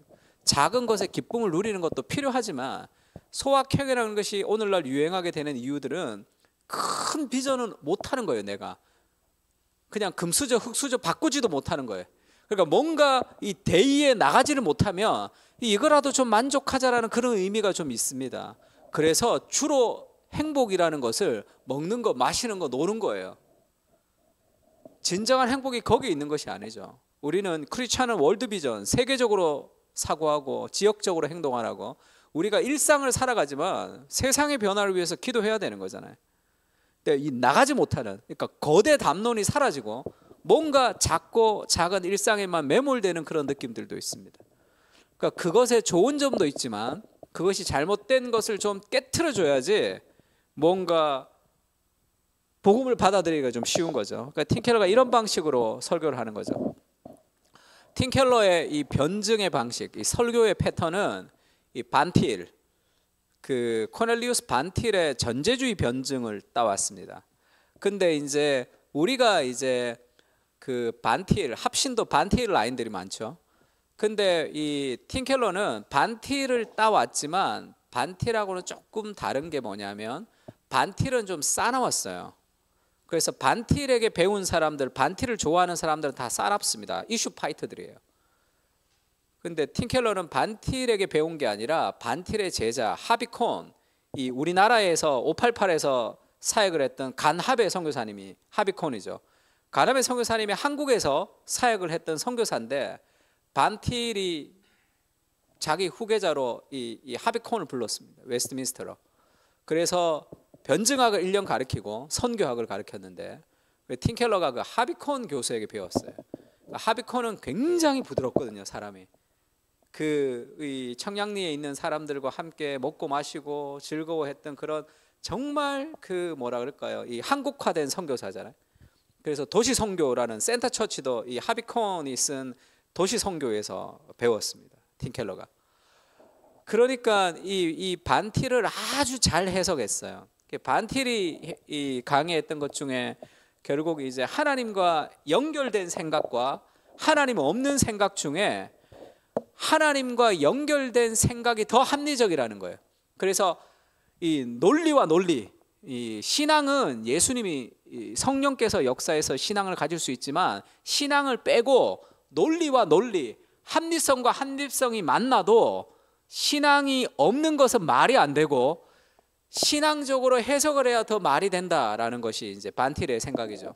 근데 반틸은 복음을 전할 수 없기 때문에, 복음을 전하는 것은 논리로 안 되기 때문에 굉장히 거부적이었습니다. 그래서 이 마틴 로이드 존스 목사님도 TV에서 무신론자들과 토론하자 그럴 때 안 했죠. 복음은 설명하는 게 아니다. 그래서 우리도 이런 개혁주의자들도 그렇게 생각하는데 틴켈러는 완전히 반대예요. 그들이 복음을 논리로 복음을 받아들일 수는 없지만 합리성과 합리성으로 대화를 하면 아, 내가 말이 안 되는구나라는 걸 알 수 있게 됐다는 거예요. 문화 내러티브를 무너뜨리는 데까지는 할 수 있다는 거예요. 그것도 굉장히 친절한 방식으로. 왜냐하면 복음은 다 말이 되거든요. 하나님이 합리적인 존재이기 때문에 하나님 만드신 세상에 하나님으로 성경을 통해서 해석하는 게 훨씬 더 말이 되는 거죠. 그렇지 않은 것은 말이 되지 않기 때문에 그 문화 내러티브를 드러내주는 방식을 취득합니다. 그래서 그렇게 얘기하죠. 저 사람이 무신론자, 그 베르타스 포럼 같은 데서 얘기하는 무신론 인도 교수예요. 그렇게 얘기하죠. 기독교는 왜 편협하냐? 니네 종교만 구원이 있다고 얘기하고 다른 종교에 구원이 없다라고 얘기하는 게 너무 편협하다. 기독교가 배타적이다 이렇게 얘기하죠. 그때 기독교가 배타적이지 않다라는 어떤 설명도 이 사람한테 통하지 않습니다. 이 사람이 믿고 있는 신념은 기독교는 배타적이라는 거죠. 그럼 틴켈러는 기독교가 배타적이라고 말하는 그 생각의 모순을 드러내 주는 거예요. 왜냐하면 성경과 반대가 되는, 성경이 아닌 진리라는 건 없거든요. 성경이 아닌 것을 믿으면 반드시 모순이 있습니다. 그것은 다. 그래서 기독교는 왜 편협해? 왜 너네 종교만 믿는다고 하느냐? 그것은 배타적이다 이렇게 얘기할 때 무신론자들은 가장 베이스에 뭐가 있냐면 믿음이 있어요. 유신론자도 믿음이 있습니다. 그러니까 우리가 여기 컵이 있다 이런 거, 여기 텀블러가 있다라는 것은 과학적으로 증명 가능한 사실이지만 인간의 세계관은 증명할 수 없어요. 과학적으로. 그러니까 모든 인간은 태어나면서 어떤 논리를 가지고 태어나지 않습니다. 모든 인간의 어떤 자신의 세계관은 믿음이 베이스가 돼 있어요. 그러니까 유신론이든 무신론이든 가장 베이스에는 믿음이 있습니다. 그 믿음 위에다가 논리를 쌓아가는 거예요. 그러니까 유신론, 하나님을 믿으면 믿음이고 무신론은 믿음이 아닌 게 아니라 무신론도 증명할 수 없어요. 야, 하나님이 있는 거 증명해봐. 증명 안 됩니다. 그건 믿음이 베이스가 있어요. 하나님이 없는 것도 증명은 못해요. 그것도 믿음이에요. 믿음. 근데 유신론보다 무신론은 믿음이 더 커야 돼요. 사실 더 비합리적이거든요. 그것을 드러내줘야 되는 거죠. 그러니까 모든 인간의 세계관에는 가장 베이스에 믿음이 있다는 것을 전제해야 되는 거죠. 우리가 가지는 믿음이 뭡니까? 하나님은 거기에 계신 분이시다. 하나님이 계시다는 걸 믿는 거예요. 하나님 계신 것을 증명할 수는 없습니다. 근데 거기 계시기만 계시면 안 되죠. 거기서 우리에게 말씀해 주셔야 되는 거죠. 그래서 셰퍼가 거기 계시며 말씀하시는 하나님, 그게 인간의 두 가지 전제를 얘기하는 거죠. 하나님이 존재하시고 우리에게 말씀해 주신 게 계시의 종교, 성경이죠. 성경을 믿고 그 성경 위에다 우리가 인생의 논리를 쌓아가는 거죠. 무신론자들은 아무것도 없습니다. 그 밑에 그냥 믿음이에요. 그래서 논리에 모순이 많은 거예요. 그래서 성경을 반대할 때는 성경을 증명할 필요가 없이 성경을 반대하는 사람들의 논리의 모순을 드러내주는 방식이 효과적이라는 거죠. 야, 기독교는 편협해 할 때 기독교가 편협하고 하다는 사람들의 믿음이 있는 거죠. 그거를 거풀을 듣겨서 그 베이스에 있는 믿음을 발견하는 거예요. 기독교가 편협하다는 것은 결국 그 사람이 뭘 믿냐면 진리는 하나가 아니다고 생각하는 거죠. 기독교도 구원이 있고 불교도 구원이 있고 타종교도 구원이 있다라고 믿는 거예요. 그러니까 진리가 하나가 아니다라는 믿음이 그 속에 있습니다. 베이스에. 그러면 근거가 어디에 있냐? 없어요. 그냥 근거 없습니다. 그걸 믿음의 도약, live by faith라고 그러죠. 그냥 믿음이에요. 그냥 그 사람의. 그러면 우리는 진리는 하나다, 예수 그리스도라고 믿는 거예요. 그 믿음의 근거가 어디냐? 성경입니다. 그러니까 그 사람의 주장의 베이스, 그러면 기독교가 예수만 진리라고 주장하는 것은 당신이 편협하다고 생각을 한다는 것은 그러면 당신은 진리가 하나가 아니라고 생각하는군요. 이렇게 얘기하는 거죠. 그러면 진리가 하나가 아니라고 믿겠죠, 그 사람이. 그러니까 그렇게 얘기하니까. 그러면 진리가 하나가 아니라는 것을 어떻게 알게 됐냐? 그러면 몰라요, 어떻게 알게 됐는지는. 우리는 진리가 하나라는 것을 성경을 통해서 믿는데, 그러면 그 사람이 뭐가 기분이 나쁘냐 하면 기독교의 종교관이 타 종교관보다 더 우월하고 맞다라는 것이 기분 나쁜 거잖아요. 그게 이제 배타적이라고 생각하는 거죠. 근데 그러면 반대로 생각해서 당신은 자기의 종교관이 기독교보다 더 낫다고 생각하니까 욕하겠죠. 내가 가진 종교관이 기독교보다 더 우월하다고 생각하니까 기독교는 편협해 이렇게 얘기하는 거잖아요. 그럼 기독교의 종교관이 타 종교보다 더 우월하다고 주장하는 것이 편협하다면 자기도 편협하죠. 내 종교관이 기독교보다 더 우월하다고 생각하고 있으니까 그럼 자기도 편협한 거예요. 그러면 정말 편협한 것은 내가 맞다고 주장하는 자체가 편협하지는 않죠. 왜냐하면 진리가 하나일 수도 있고 여러 개일 수도 있으니까. 진리가 하나인데 하나를 주장하는 것이 편협하지는 않는 거죠. 그가 진리가 여러 개라고 생각하기 때문에 편협하다고 얘기하니까, 그러니까 그 사람의 논리를 그대로 얘기해 주면 자기도 편협한 거예요. 자기 자신이, 내 종교관이. 그러면 그 종교관이 더 우월하다는 것을 어떻게 증명할 수 있을까? 그 근거가 뭐냐는 거죠. 그 근거를 비교해 봐야 되는데 그 사람의 근거는 없습니다. 우리는 성경에, 그러니까 성경을 믿는지 믿지 않는지의 근거가 있지만 그에게는 근거가 없는 거죠.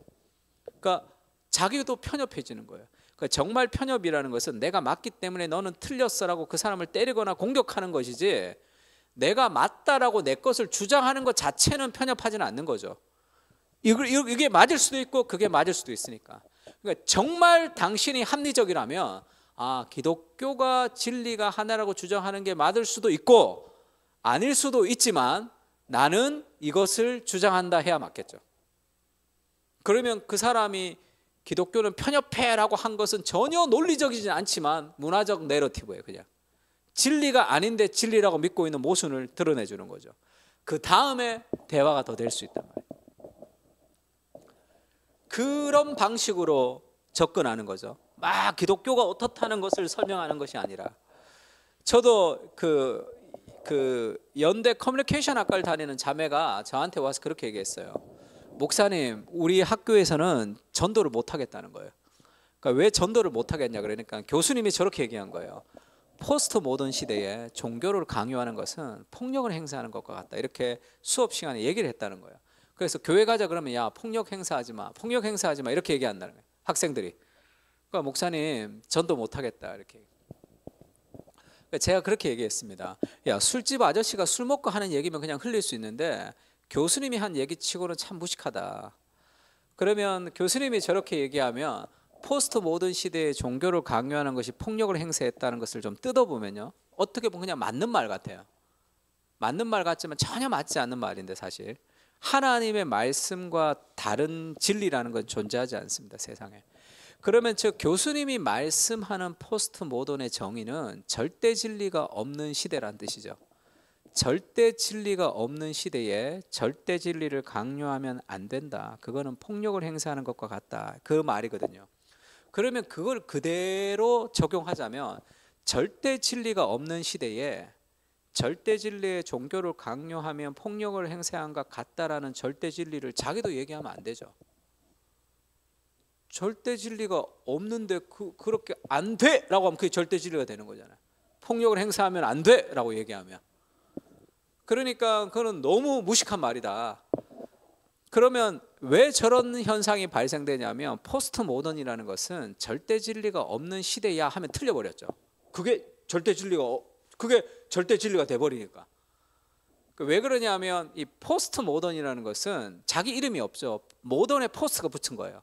그래서 이 모던을 중심으로 프리 모던, 근대, 포스트 모던, 정근대, 뭐 그렇게 현대, 뭐 이렇게 포스트를 붙여버리죠. 모던을 중심으로. 그러니까 포스트 모던이라는 것은 탈 모던일 뿐이에요. 그러니까 자기가 없어요. 그러니까 나 이거 안 해, 이거 틀렸어, 이거 틀렸어, 이거 틀렸어라고 자기 정체성을 삼았어요. 넌 뭔데? 할 때 없는 거예요. 그래서 포스트 모던은 절대 진리가 없는 시대야 이러면 틀려버린 거죠. 그 자체가 포스트 모던이 아니잖아요. 그 절대 진리가 돼버리니까. 포스트 모던은 아무 이렇게 얘기해요. 그냥 그러니까 실체가 없게 된단 말이에요. 그러니까 포스트 모던이라는 것은 말이지 절대 진리가 없는 시대야 해버리면 그건 이미 틀려버린 거예요. 그 자체적으로 모순 안에 빠져 있는 거죠. 그래서 야 저게 말이 되냐. 교수님이 그러면 그렇게 얘기를 하면 그 자매가 가서 그걸 막 교수님한테 막 설명하지는 않겠지만 학생들에게는 설명할 수도 있고 그 다음에 복음이 가지는 어떤 뭐라 그럴까요? 이 자신감을 가지고 살아갈 수 있습니다. 두려워 어떤 대답에 대해서도 이 사람들이 가지는 수많은 질문에 대해서 그것의 모순을 좀 드러내는 방식, 성경과 다른 진리라는 건 존재하지 않거든요. 제가 예전에 건국대학교 전도하러 갔는데 거기에 전도하는데 저희 그 전도했던 자매들이 막 얼굴이 빨개져서 막 울고 오는 거예요. 갔더니 어떤 도를 전하는 사람이 있었는데 예수님 믿으십니까? 교회에서 와서 복음을 전하라고 그러면 허허 이 사람아 저 하늘도 하나님이요 이 자연도 하나님이요 이 바위도 하나님인 것을 어찌 하나님이 한 분이라고 성경에 갇혀 있다고 하느냐 그렇게 얘기하더라고요. 그러면서 이제 막 이렇게 설법을 설법하고 그렇게 하나님 한 분이라는 것을 굉장히 이렇게 좀 이렇게 강하게 얘기하니까 자매들이 이제 상처를 받은 거죠. 그래서 제가 갔습니다. 갔더니 자연도 하나님이요 이 우주도 하나님이요 뭐 다 이 호수도 하나님이요 이 다 하나님인 것을 어찌 하나님이 한 분이라 하는가 저한테도 그렇게 얘기하더라고요. 제가 물었어요. 선생님 자연이 하나님이고 바위가 하나님이고 온 세상이 다 하나님이라는 것을 어떻게 알게 되셨습니까? 이렇게 물었어요. 대답을 안 해서 제가 사지선다로 바꿔줬습니다. 1번 태어나면서 알았다. 2번 책을 보고 알았다. 3번 누구한테 배웠다. 4번 내가 경험을 했더니 그렇더라. 어디냐 그러니까 다 아니라 그러더라고요. 바보 아니에요? 다 아니면 인간이 뭔가를 습득하는 또 다른 방식이 없잖아요. 그럼 태어나면서 삼라만상이 하나님이라는 거 알았습니까? 그거 아니라고 그래요. 계속 추궁했더니 도를 공부하는 사람이라고 그러더라고요. 그러니까 결국 뭘 배운 거잖아요. 도를 공부하는 것 중에 삼라만상이 하나님이라는 걸 배웠다는 것을 이제 계속 추궁하니까 이제 실토를 했어요. 그때는 제가 팀케러를 모를 때라 좀 강하게 전도할 때입니다. 팀케러 알았으면 좀 부드럽게 했을 텐데. 그러면 삼라만상이 하나님이라는 그 도라는 책을 통해서 알았는데 저는 성경을 통해서 삼라만상이 하나님이라는 걸 알았습니다. 그러면 이제 베이스를 내려서 그 책과 성경과 비교했을 때 도라는 그 책이 더 권위가 있다고 생각하십니까? 이렇게 물었더니 아니라 그러더라고요. 바보 아니에요? 아니면 성경을 믿어야지. 그거를 더 믿으니까 그렇게 믿는 거겠죠. 그러나 객관적으로 따지면 성경을 믿는 사람들이 숫자도 많고 사실 뭐 더 많기 때문에 객관적으로도 성경을 믿는 게 그것보다 더 합리적인데 그래서 제가 한마디 더 물었습니다. 그러면 이렇게 나는 성경이 진리라고 믿고 선생님은 이 도라는 책이 진리라고 믿는데 이게 진리라는데 확신할 수 있냐? 확신할 수 있다 그러더라고요. 그럼 이게 진리라는데 내가 목숨 걸려 그러면 목숨 걸 수 있나? 이렇게 얘기했더니 그렇지는 않다 이렇게 얘기하더라고요. 딱 걸린 거죠. 나는 성경이 진리라는데 목숨 걸 수 있습니다. 그러면서 공자님 말씀, 이 도를 전했으니까 공자님으로 제가 얘기를 해요. 공자님 말씀에 아침에 도를 깨달으면 저녁에 죽어도 좋다라는 말씀이 있다. 그게 도인의 자세다. 도를 추구하는 사람은 정말 진리를 추구하는 거고 이게 진리다 하면 내가 목숨을 죽어도 좋다는 마음으로 도를 추구해야 되는 건데 이게 진리인데 목숨도 못 건다는 것은 내가 당신은 도인의 자세가 틀렸다 그래서 도 공부의 기본이 안 됐다. 제가 그렇게 얘기했더니 막 기분이 나빠가지고 이 사람이 막 얼굴이 울그락불그락 하더라고요. 근데 사실 반박할 말은 없죠. 그게 목숨도 못 거는 진리가 무슨 진리냐. 그러면 제가 성경 좀 읽으시라고 등을 이렇게 툭툭 치면서 왔더니 얼굴이 막 이렇게 완전 화가 나가지고 뻘개졌더라고요.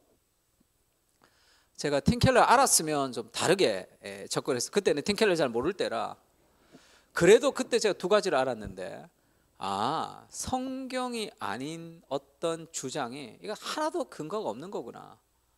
다 사상 누각이죠. 사상 누각.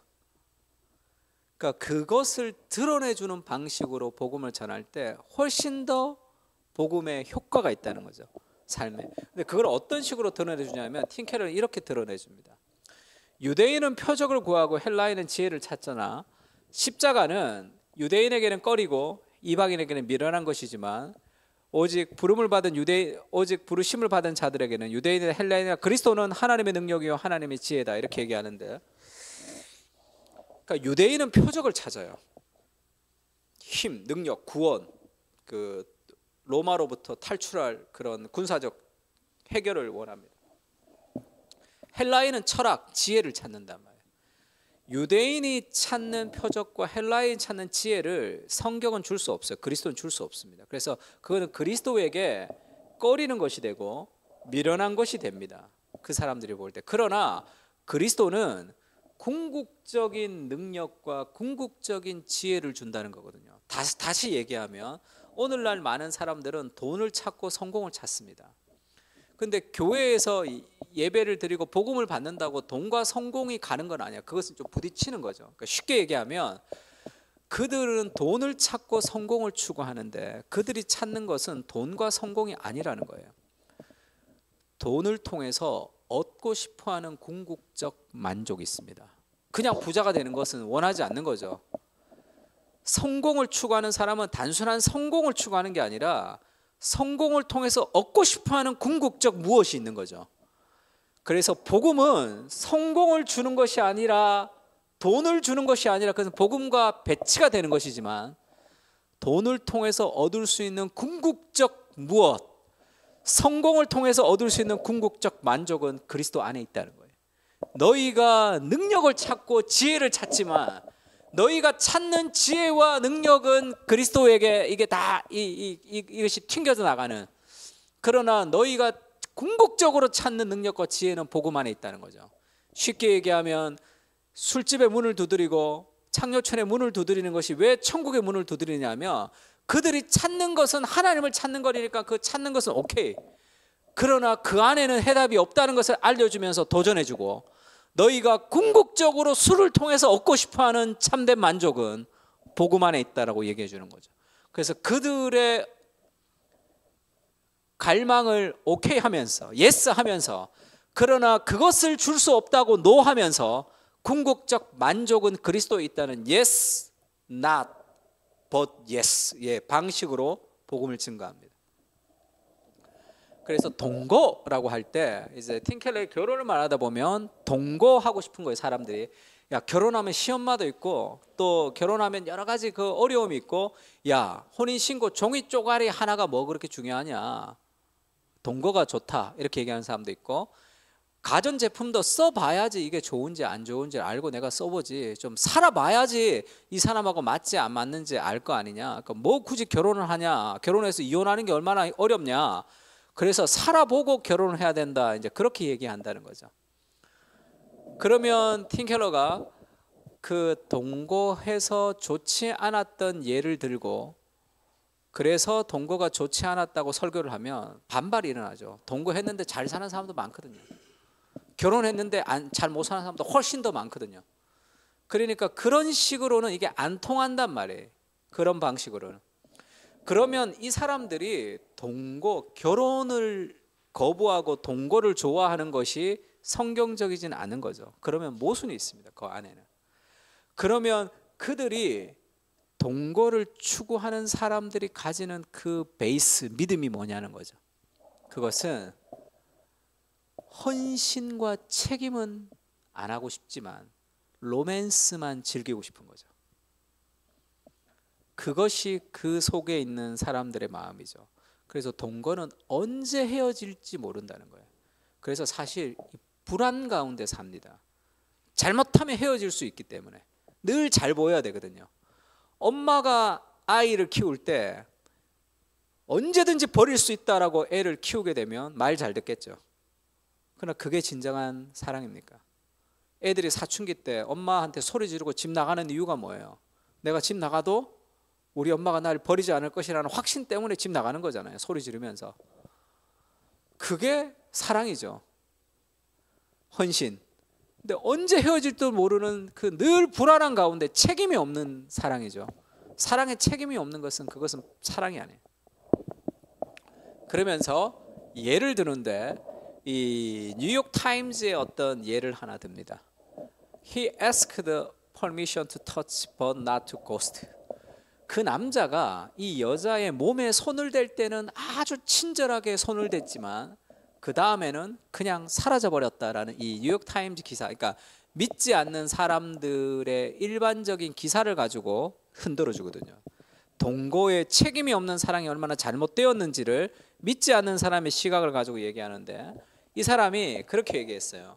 어떤 남자를 만나서, 이 나이트클럽에서 어떤 남자를 만나서 원나잇, 하룻밤 이제 성적인 관계를 가지자고 호텔에 갔단 말이에요. 이 남자가 어린 남자인데, 5살 어린 남자가 이 여자한테 몸에 손댈 때마다 친절하게 물었어요. 아, 이 윗도리를 벗겨도 되겠습니까? 뭐 벨트를 풀어도 되겠습니까? 하나하나 벗길 때마다 늘 친절하게 물었다는 거예요. 너무 섬세하게. 제 생각에는 아마 성폭행범으로 안 몰리려고 그런 것 같은데, 그러니까 이 남자가 자기를 너무 배려해 준다고 생각했어요. 그러니까 성적인 관계를 가졌습니다. 그 다음날 전화했더니 전화번호가 가짜예요. 도망간 거예요, 그냥.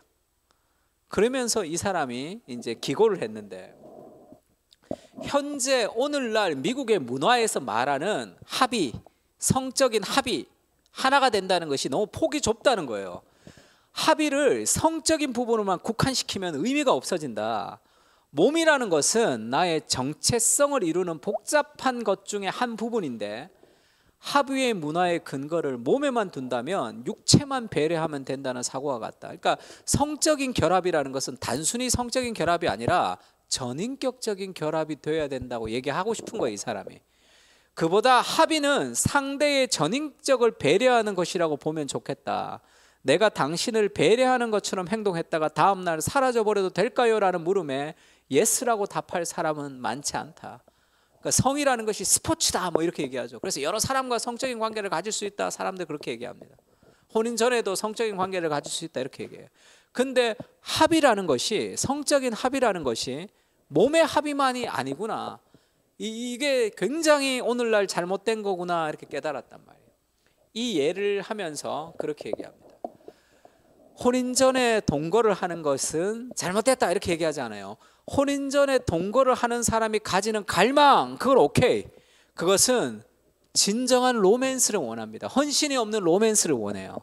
그러나 헌신이 없는 로맨스는, 너희가 궁극적으로 찾는 그 로맨스는 동거를 통해서는 찾을 수 없죠. 왜냐하면 늘 잘 보여야 되니까. 안전한 관계 안에서만 이루어지는 것이니까. 너희가 그토록 찾는 로맨스, 네가 정말로 갈망하는 그 로맨스는 결국 결혼 안에 있는 거죠. 그 그리스도인의 결혼이라는 것은 언약이죠. 언약이라는 것은 구약 신약 할 때 그 언약이죠. 그러니까 그리스도인의 결혼이라는 것은, 틴켈러가 그렇게 얘기합니다. 사랑하고 싶을 때나 사랑하고 싶지 않을 때나, 보고 싶을 때나 보고 싶지 않을 때나, 좋아질 때나 싫어질 때나, 감정과 환경에 상관없이 그 사람을 사랑하기로 선택하고 결정하는 거죠. 왜죠? 하나님이 우리를 그렇게 사랑하시잖아요. 그래서 그리스도인에게 이혼이라는 것은 존재하지 않는 거죠. 그 사람이 싫어지고 좋아지고 감정이 상관없이 그 사람을 사랑하기로 선택하고 결정하는 언약이기 때문에, 하나님이 나를 사랑하시는 그 언약을 이루는 거죠. 그것이 사랑이죠. 그래서 사랑을 성경에서는 오래 참고 이렇게 얘기하죠. 그건 어려운 거잖아요. 오래 참고 온유하고 내 자신을 깎아가는 그런 갈등 속에서 정말 사랑을 배워가는 거죠. 삼위일체 연합을 배워가는 거잖아요. 그 안에서. 그래서 그들이 원하는 합의, 진정으로 원하는 감정적 로맨스는 너희가 정말로 찾는 그거 언약 안에 있다는 거예요. 결혼이라는 언약 안에 있다. 그렇게 얘기합니다. 너희가 동거하는데 그 동거를 추구하는 그 깊은 갈망을 가지고, 동거를 통해서는 그것이 이루어질 수 없고 너희의 진정한 갈망은 복음 안에서 이루어질 수 있다 얘기하는 거예요. 성공과 돈을 추구하는 사람들은 성공과 돈을 추구하는 그들이 원하는 궁극적 인정, 궁극적 만족, 그것은 성공과 돈을 통해서 부자가 된다고 이루어질 수 있는 게 아니라 이미 복음 안에서 이루어지는 거죠. 목회도 마찬가지죠. 복음 안에서 착하고 충성된 종아, 잘했다. 그 그리스도의 완전한 인정이 내게 있다는 것을 느낄 때, 뭔가 삶에서 목회가 힘들고 좀 어렵고 해도 그것을 우리가 이 지탱하며 이어나갈 수 있는 그 힘이 있는 거죠, 삶에 있어서. 그렇지 않으면 이 환경에 따라 왔다 갔다 해줘야 되죠, 삶에 있어서. 그것이 복음이 우리에게 주는 삶의 완전한 힘이죠. 복음. 그러니까 복음은 좋을 때도 우리에게 희망을 주지만 좋지 않을 때도 희망을 줍니다. 제가 CTC라는 모임에, 교회 개척 모임에 이사로 있어서 이제 GCM 세미나 할 때 강의를 많이 가는데, 거기 개척교회 목사님들이 많이 오거든요. 개척교회 목사님들 많이 와서 제가 강의할 때 은혜를 많이 받는데, 왜 그러냐면 다 큰 교회 목사님들이 많은데, 제 강의에서 어디가 제일 그렇게 좋았냐 이렇게 물으면 공통적으로 얘기하는 게 있는데, 제가 지금 목회 개척한 지 한 13년 정도 됐습니다. 오카르 목사님 돌아가시고 13주기 됐으니까 바로 나와서 개척을 했는데, 한 6년 정도 교회를 했는데 교회가 월세를 못 내 가지고 쫓겨나야 되는 상황이 왔어요. 그러니까 이게 초창기면 괜찮았을 것 같아요. 내가 한 6년 정도 목회를 했는데 월세를 못 낼 정도면 이 목회가 나한테 안 맞는 거 아니야? 그때 책을 읽었는데 뭐 3년 만에 300명이 부흥되지 않으면 뭐 부흥되지 않는다는 그렇게 막 쓴 책도 있더라고요. 그러니까 야, 내가 지금 6년 동안 이렇게 애써서 할 거 다 했는데 이 교회가 이 월세도 못 낼 정도로 쫓겨나야 되면 나는 목회를 안 하는 게 맞겠다. 그런 좌절감. 복음이라는 것이 우리가 좋을 때도 복음이지만 내 인생이 바닥일 때도 복음이 우리를 지탱해 주는 거거든요. 이렇게 연약한 나를 여전히 사랑하시는 그리스도의 복음이, 그것이 내 안에 완전한 절망으로 나아가지 않게 하는 거죠. 아, 내가 우상, 사람을 의지하는 우상도 있고 내 삶에 어떤 건강한 교회에 대한 삶의 우상이 있구나. 하나님을 사랑해서 교회를 개척했는데 목회가 좀 안 되면 어떻고 좀 잘 되면 어때? 하나님을 더 사랑하면 되잖아요. 목회가 안 되면 안 되는 대로 예수님을 더 닮아가면 되고, 목회가 잘 되면 잘 되는 대로 예수님을 더 닮아가는 것이 마지막에 우리가 하나님 앞에, 예수님 앞에 섰을 때 예수님 더 닮아가면 되는 거잖아요. 뭐가 더 좋고 안 좋고를 떠나서 아, 내가 예수님을 닮아가고 예수님을 사랑한 것보다 더 큰 우상들이 많구나라는 생각을 하게 됐습니다. 그때 우리 교회 그 자매가 하나 있는데, 남편이 교육전도사인데 그 사모죠. 근데 우리 교회를 출석하는 그 자매가 하나 있었어요. 그 자매가, 목사님 우리 교회 이제 옮겨야 되는데, 뭐 젊은 사람들이 많아서 돈이 없었어요. 자기가 통장을 이렇게 그 통장에 있는 돈을 다 찾았다고 저한테 이렇게 예배 끝나고 이렇게 내놨는데 123만 7,050원 그 정도 됐어요. 뭐 100만 원 가지고 막 아무것도 할 수 없지만, 그게 그냥 100만 원 이랬으면 뭐 잘 몰랐겠는데 123만 뭐 2,050원이 딱 나온, 통장과 함께 나온 걸 보고 내가 아, 이 집 다 냈구나. 그 교육전도사 남편이 돈이 얼마나 있겠어요. 그거를 탁 가지고 왔는데, 그거를 탁 받으니까 아, 무언가 하나님이 사인이구나 하는 걸 알았습니다. 뭐 돈은 전혀 없고 123만 2,700원 갈 데 있는 것도 없어. 그러고 하여튼 우여곡절 끝에 하여튼 누가 장소를 빌려주면서 교회가 이렇게 옮겨지면서, 그때부터 교회가 그래도 쭉 이렇게 사람들도 오고 막 그런 일들이 일어났습니다. 이 복음이라는 것이 우리를 잘 될 때만 우리를 성장시키는 게 아니라 인생의 바닥 속에서도 우리를 지탱해 주는 힘이 되는 거죠. 하나님을 가장 사랑하는 그 삶의 복음을 가지고 있을 때 거기서부터 출발하는 거예요. 삶에 있어서. 그래서 그 음성을 듣는 거죠. 착하고 충성된 종아 잘했다. 참 수고 많았다. 마지막 날에 예수님이 우리에게 말씀하시는 그 완전한 인정이 이미 복음 안에 있는 거죠. 우리 안에. 그것을 가지고 출발. 삶에 있어서. 더 많은 성공과 더 많은 그것이 우리에게 인정을 주는 것이 아니라 이미 그리스도의 목숨을 버리면서 그리스도께서 끝없는 사랑으로 우리를 인정해 주시는 인정을 받고 출발하는 거죠. 돈과 성공과 여러 가지를 사람들이 막 찾고 있지만 그들이 찾는 그 갈망은 하나님을 찾는 거예요. 사실 그것이 성공과 성과 그것을 통해서는 이루어질 수 없는 것이라는 것을 도전해 주고 그들이 찾는 궁극적 그것이 이미 복음 안에 있다는 것을 알려주는 거죠. 그래서 그 복음이 삶의 헌신으로 이끌어갈 수 있도록 만들어가는 그 틀이 팀 켈러의 신학의 굉장히 중요한 어떤 하나의 움직임입니다.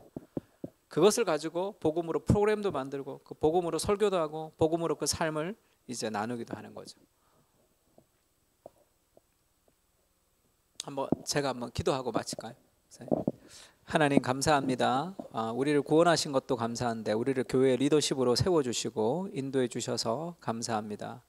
하나님 복음이 늘 우리 안에 살아 숨쉬는 능력으로 역사할 수 있도록 주님 도와주시고 그 복음을 더 많은 사람들에게 증거해서 지금도 자유를 누리지 못하는 많은 사람들이 복음 안에서 자유를 누릴 수 있도록 은혜를 베풀어 주시고 문화적인 내러티브 한가운데 우리가 살고 있는데 복음 외에 그 무엇도 삶의 참된 만족이 없습니다. 문화적 내러티브를 평가하며 도전하는 방식을 우리에게 알려주시고 진정한 복음을 통해서 참된 자유를 선포하며 살게 하는 그런 복음 중심으로 살아가는 복음이 모든 것을 변화시키는 능력이 된다는 것을 확신하며 살아가는 그런 거룩한 교회들이 될 수 있도록 은혜를 베풀어 주시옵소서.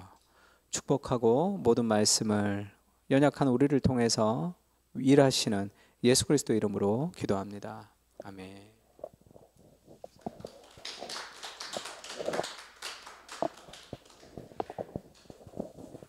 네, 긴 시간 강의해 주셔서 감사하고요. 혹시 강사 목사님께 질문하실 거 있으신 분?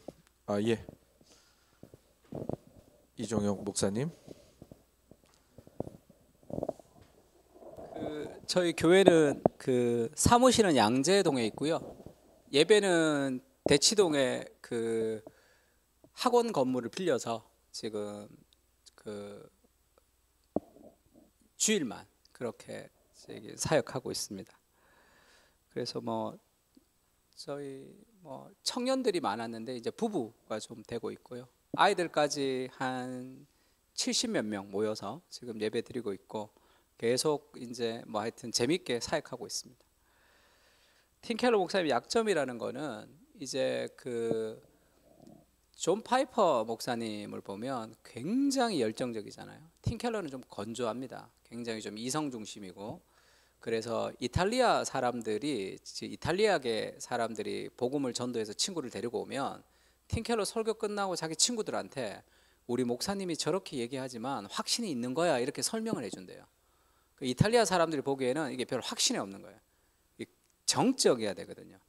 그러니까 이찬수 목사님 설교가 조회수가 우리나라에서 제일 많은데 그것이 내용도 쉬운 것도 있지만 저는 그 전달의 방식도 굉장히 중요하다고 생각하는데 목사님은 자기 생소리 그게 이제 굉장히 이렇게 좀 부끄럽다 이렇게 얘기하시던데 굉장히 열정적으로 얘기하거든요. 그러니까 이 설교학과 완전히 다르게 설교학에는 고저가 있어야 되잖아요. 고저 없습니다. 그냥 여기서 때려 넣는 거죠. 처음부터 엄청나게 열의를 가지고. 근데 한국 사람들에게는 그 정적인 요소가 좀 필요한 거죠. 팀 켈러는 굉장히 건조한 방식으로 이제 복음을 전하기 때문에 팀 켈러를 배워서 그렇게 설교하면 사실 그러니까 존 파이퍼와 팀 켈러를 좀 섞어야지 한국에서는 조금 더 호소력이 있는 것 같고, 그다음 팀 켈러는 굉장히 믿지 않는 사람들에 대한 배려가 많기 때문에 조금 강한 이야기를 잘 하지는 않습니다. 그거를 좀 다른 방식으로 표현을 하는데 한국적 정서에서는 조금 그런 것도 좀 필요한 것 같아요. 뭐라 그럴까요? 좀 뭐 그걸 너무 불편해하는 방식은 안 되겠지만 그런 부분에 대한 어떤 찔림이 있을 수 있도록. 근데 팀 켈러도 그거는 있다 그러더라고요. 그러니까 이제 오종영 목사님이라고 팀 켈러 교회에서 오래 계셨던 목사님이 팀 켈러가 이렇게 설교할 때 이렇게 우상을 딱 드러낼 때 한 30초 정도 전체 교인들이 침묵할 때가 있대요. 그러니까 확 찔리는 거죠. 그러니까 그 모멘텀이 이제 그 부분을 팀 켈러는 만들어내지만 그 방식이 아닌 한국적 방식에서 그거를 좀 잘 만들어낼 수 있으려면 좀 정적인 요소들이 좀 잘 가미돼야 되고, 좀 한국은 좀 그런 부분도 좀 필요한 것 같아요. 좀 도전하고 좀 할 수 있는 것도 좀 적절하게 잘 가미가 돼야 되지 않을까, 좀 그렇게 생각하고 있습니다.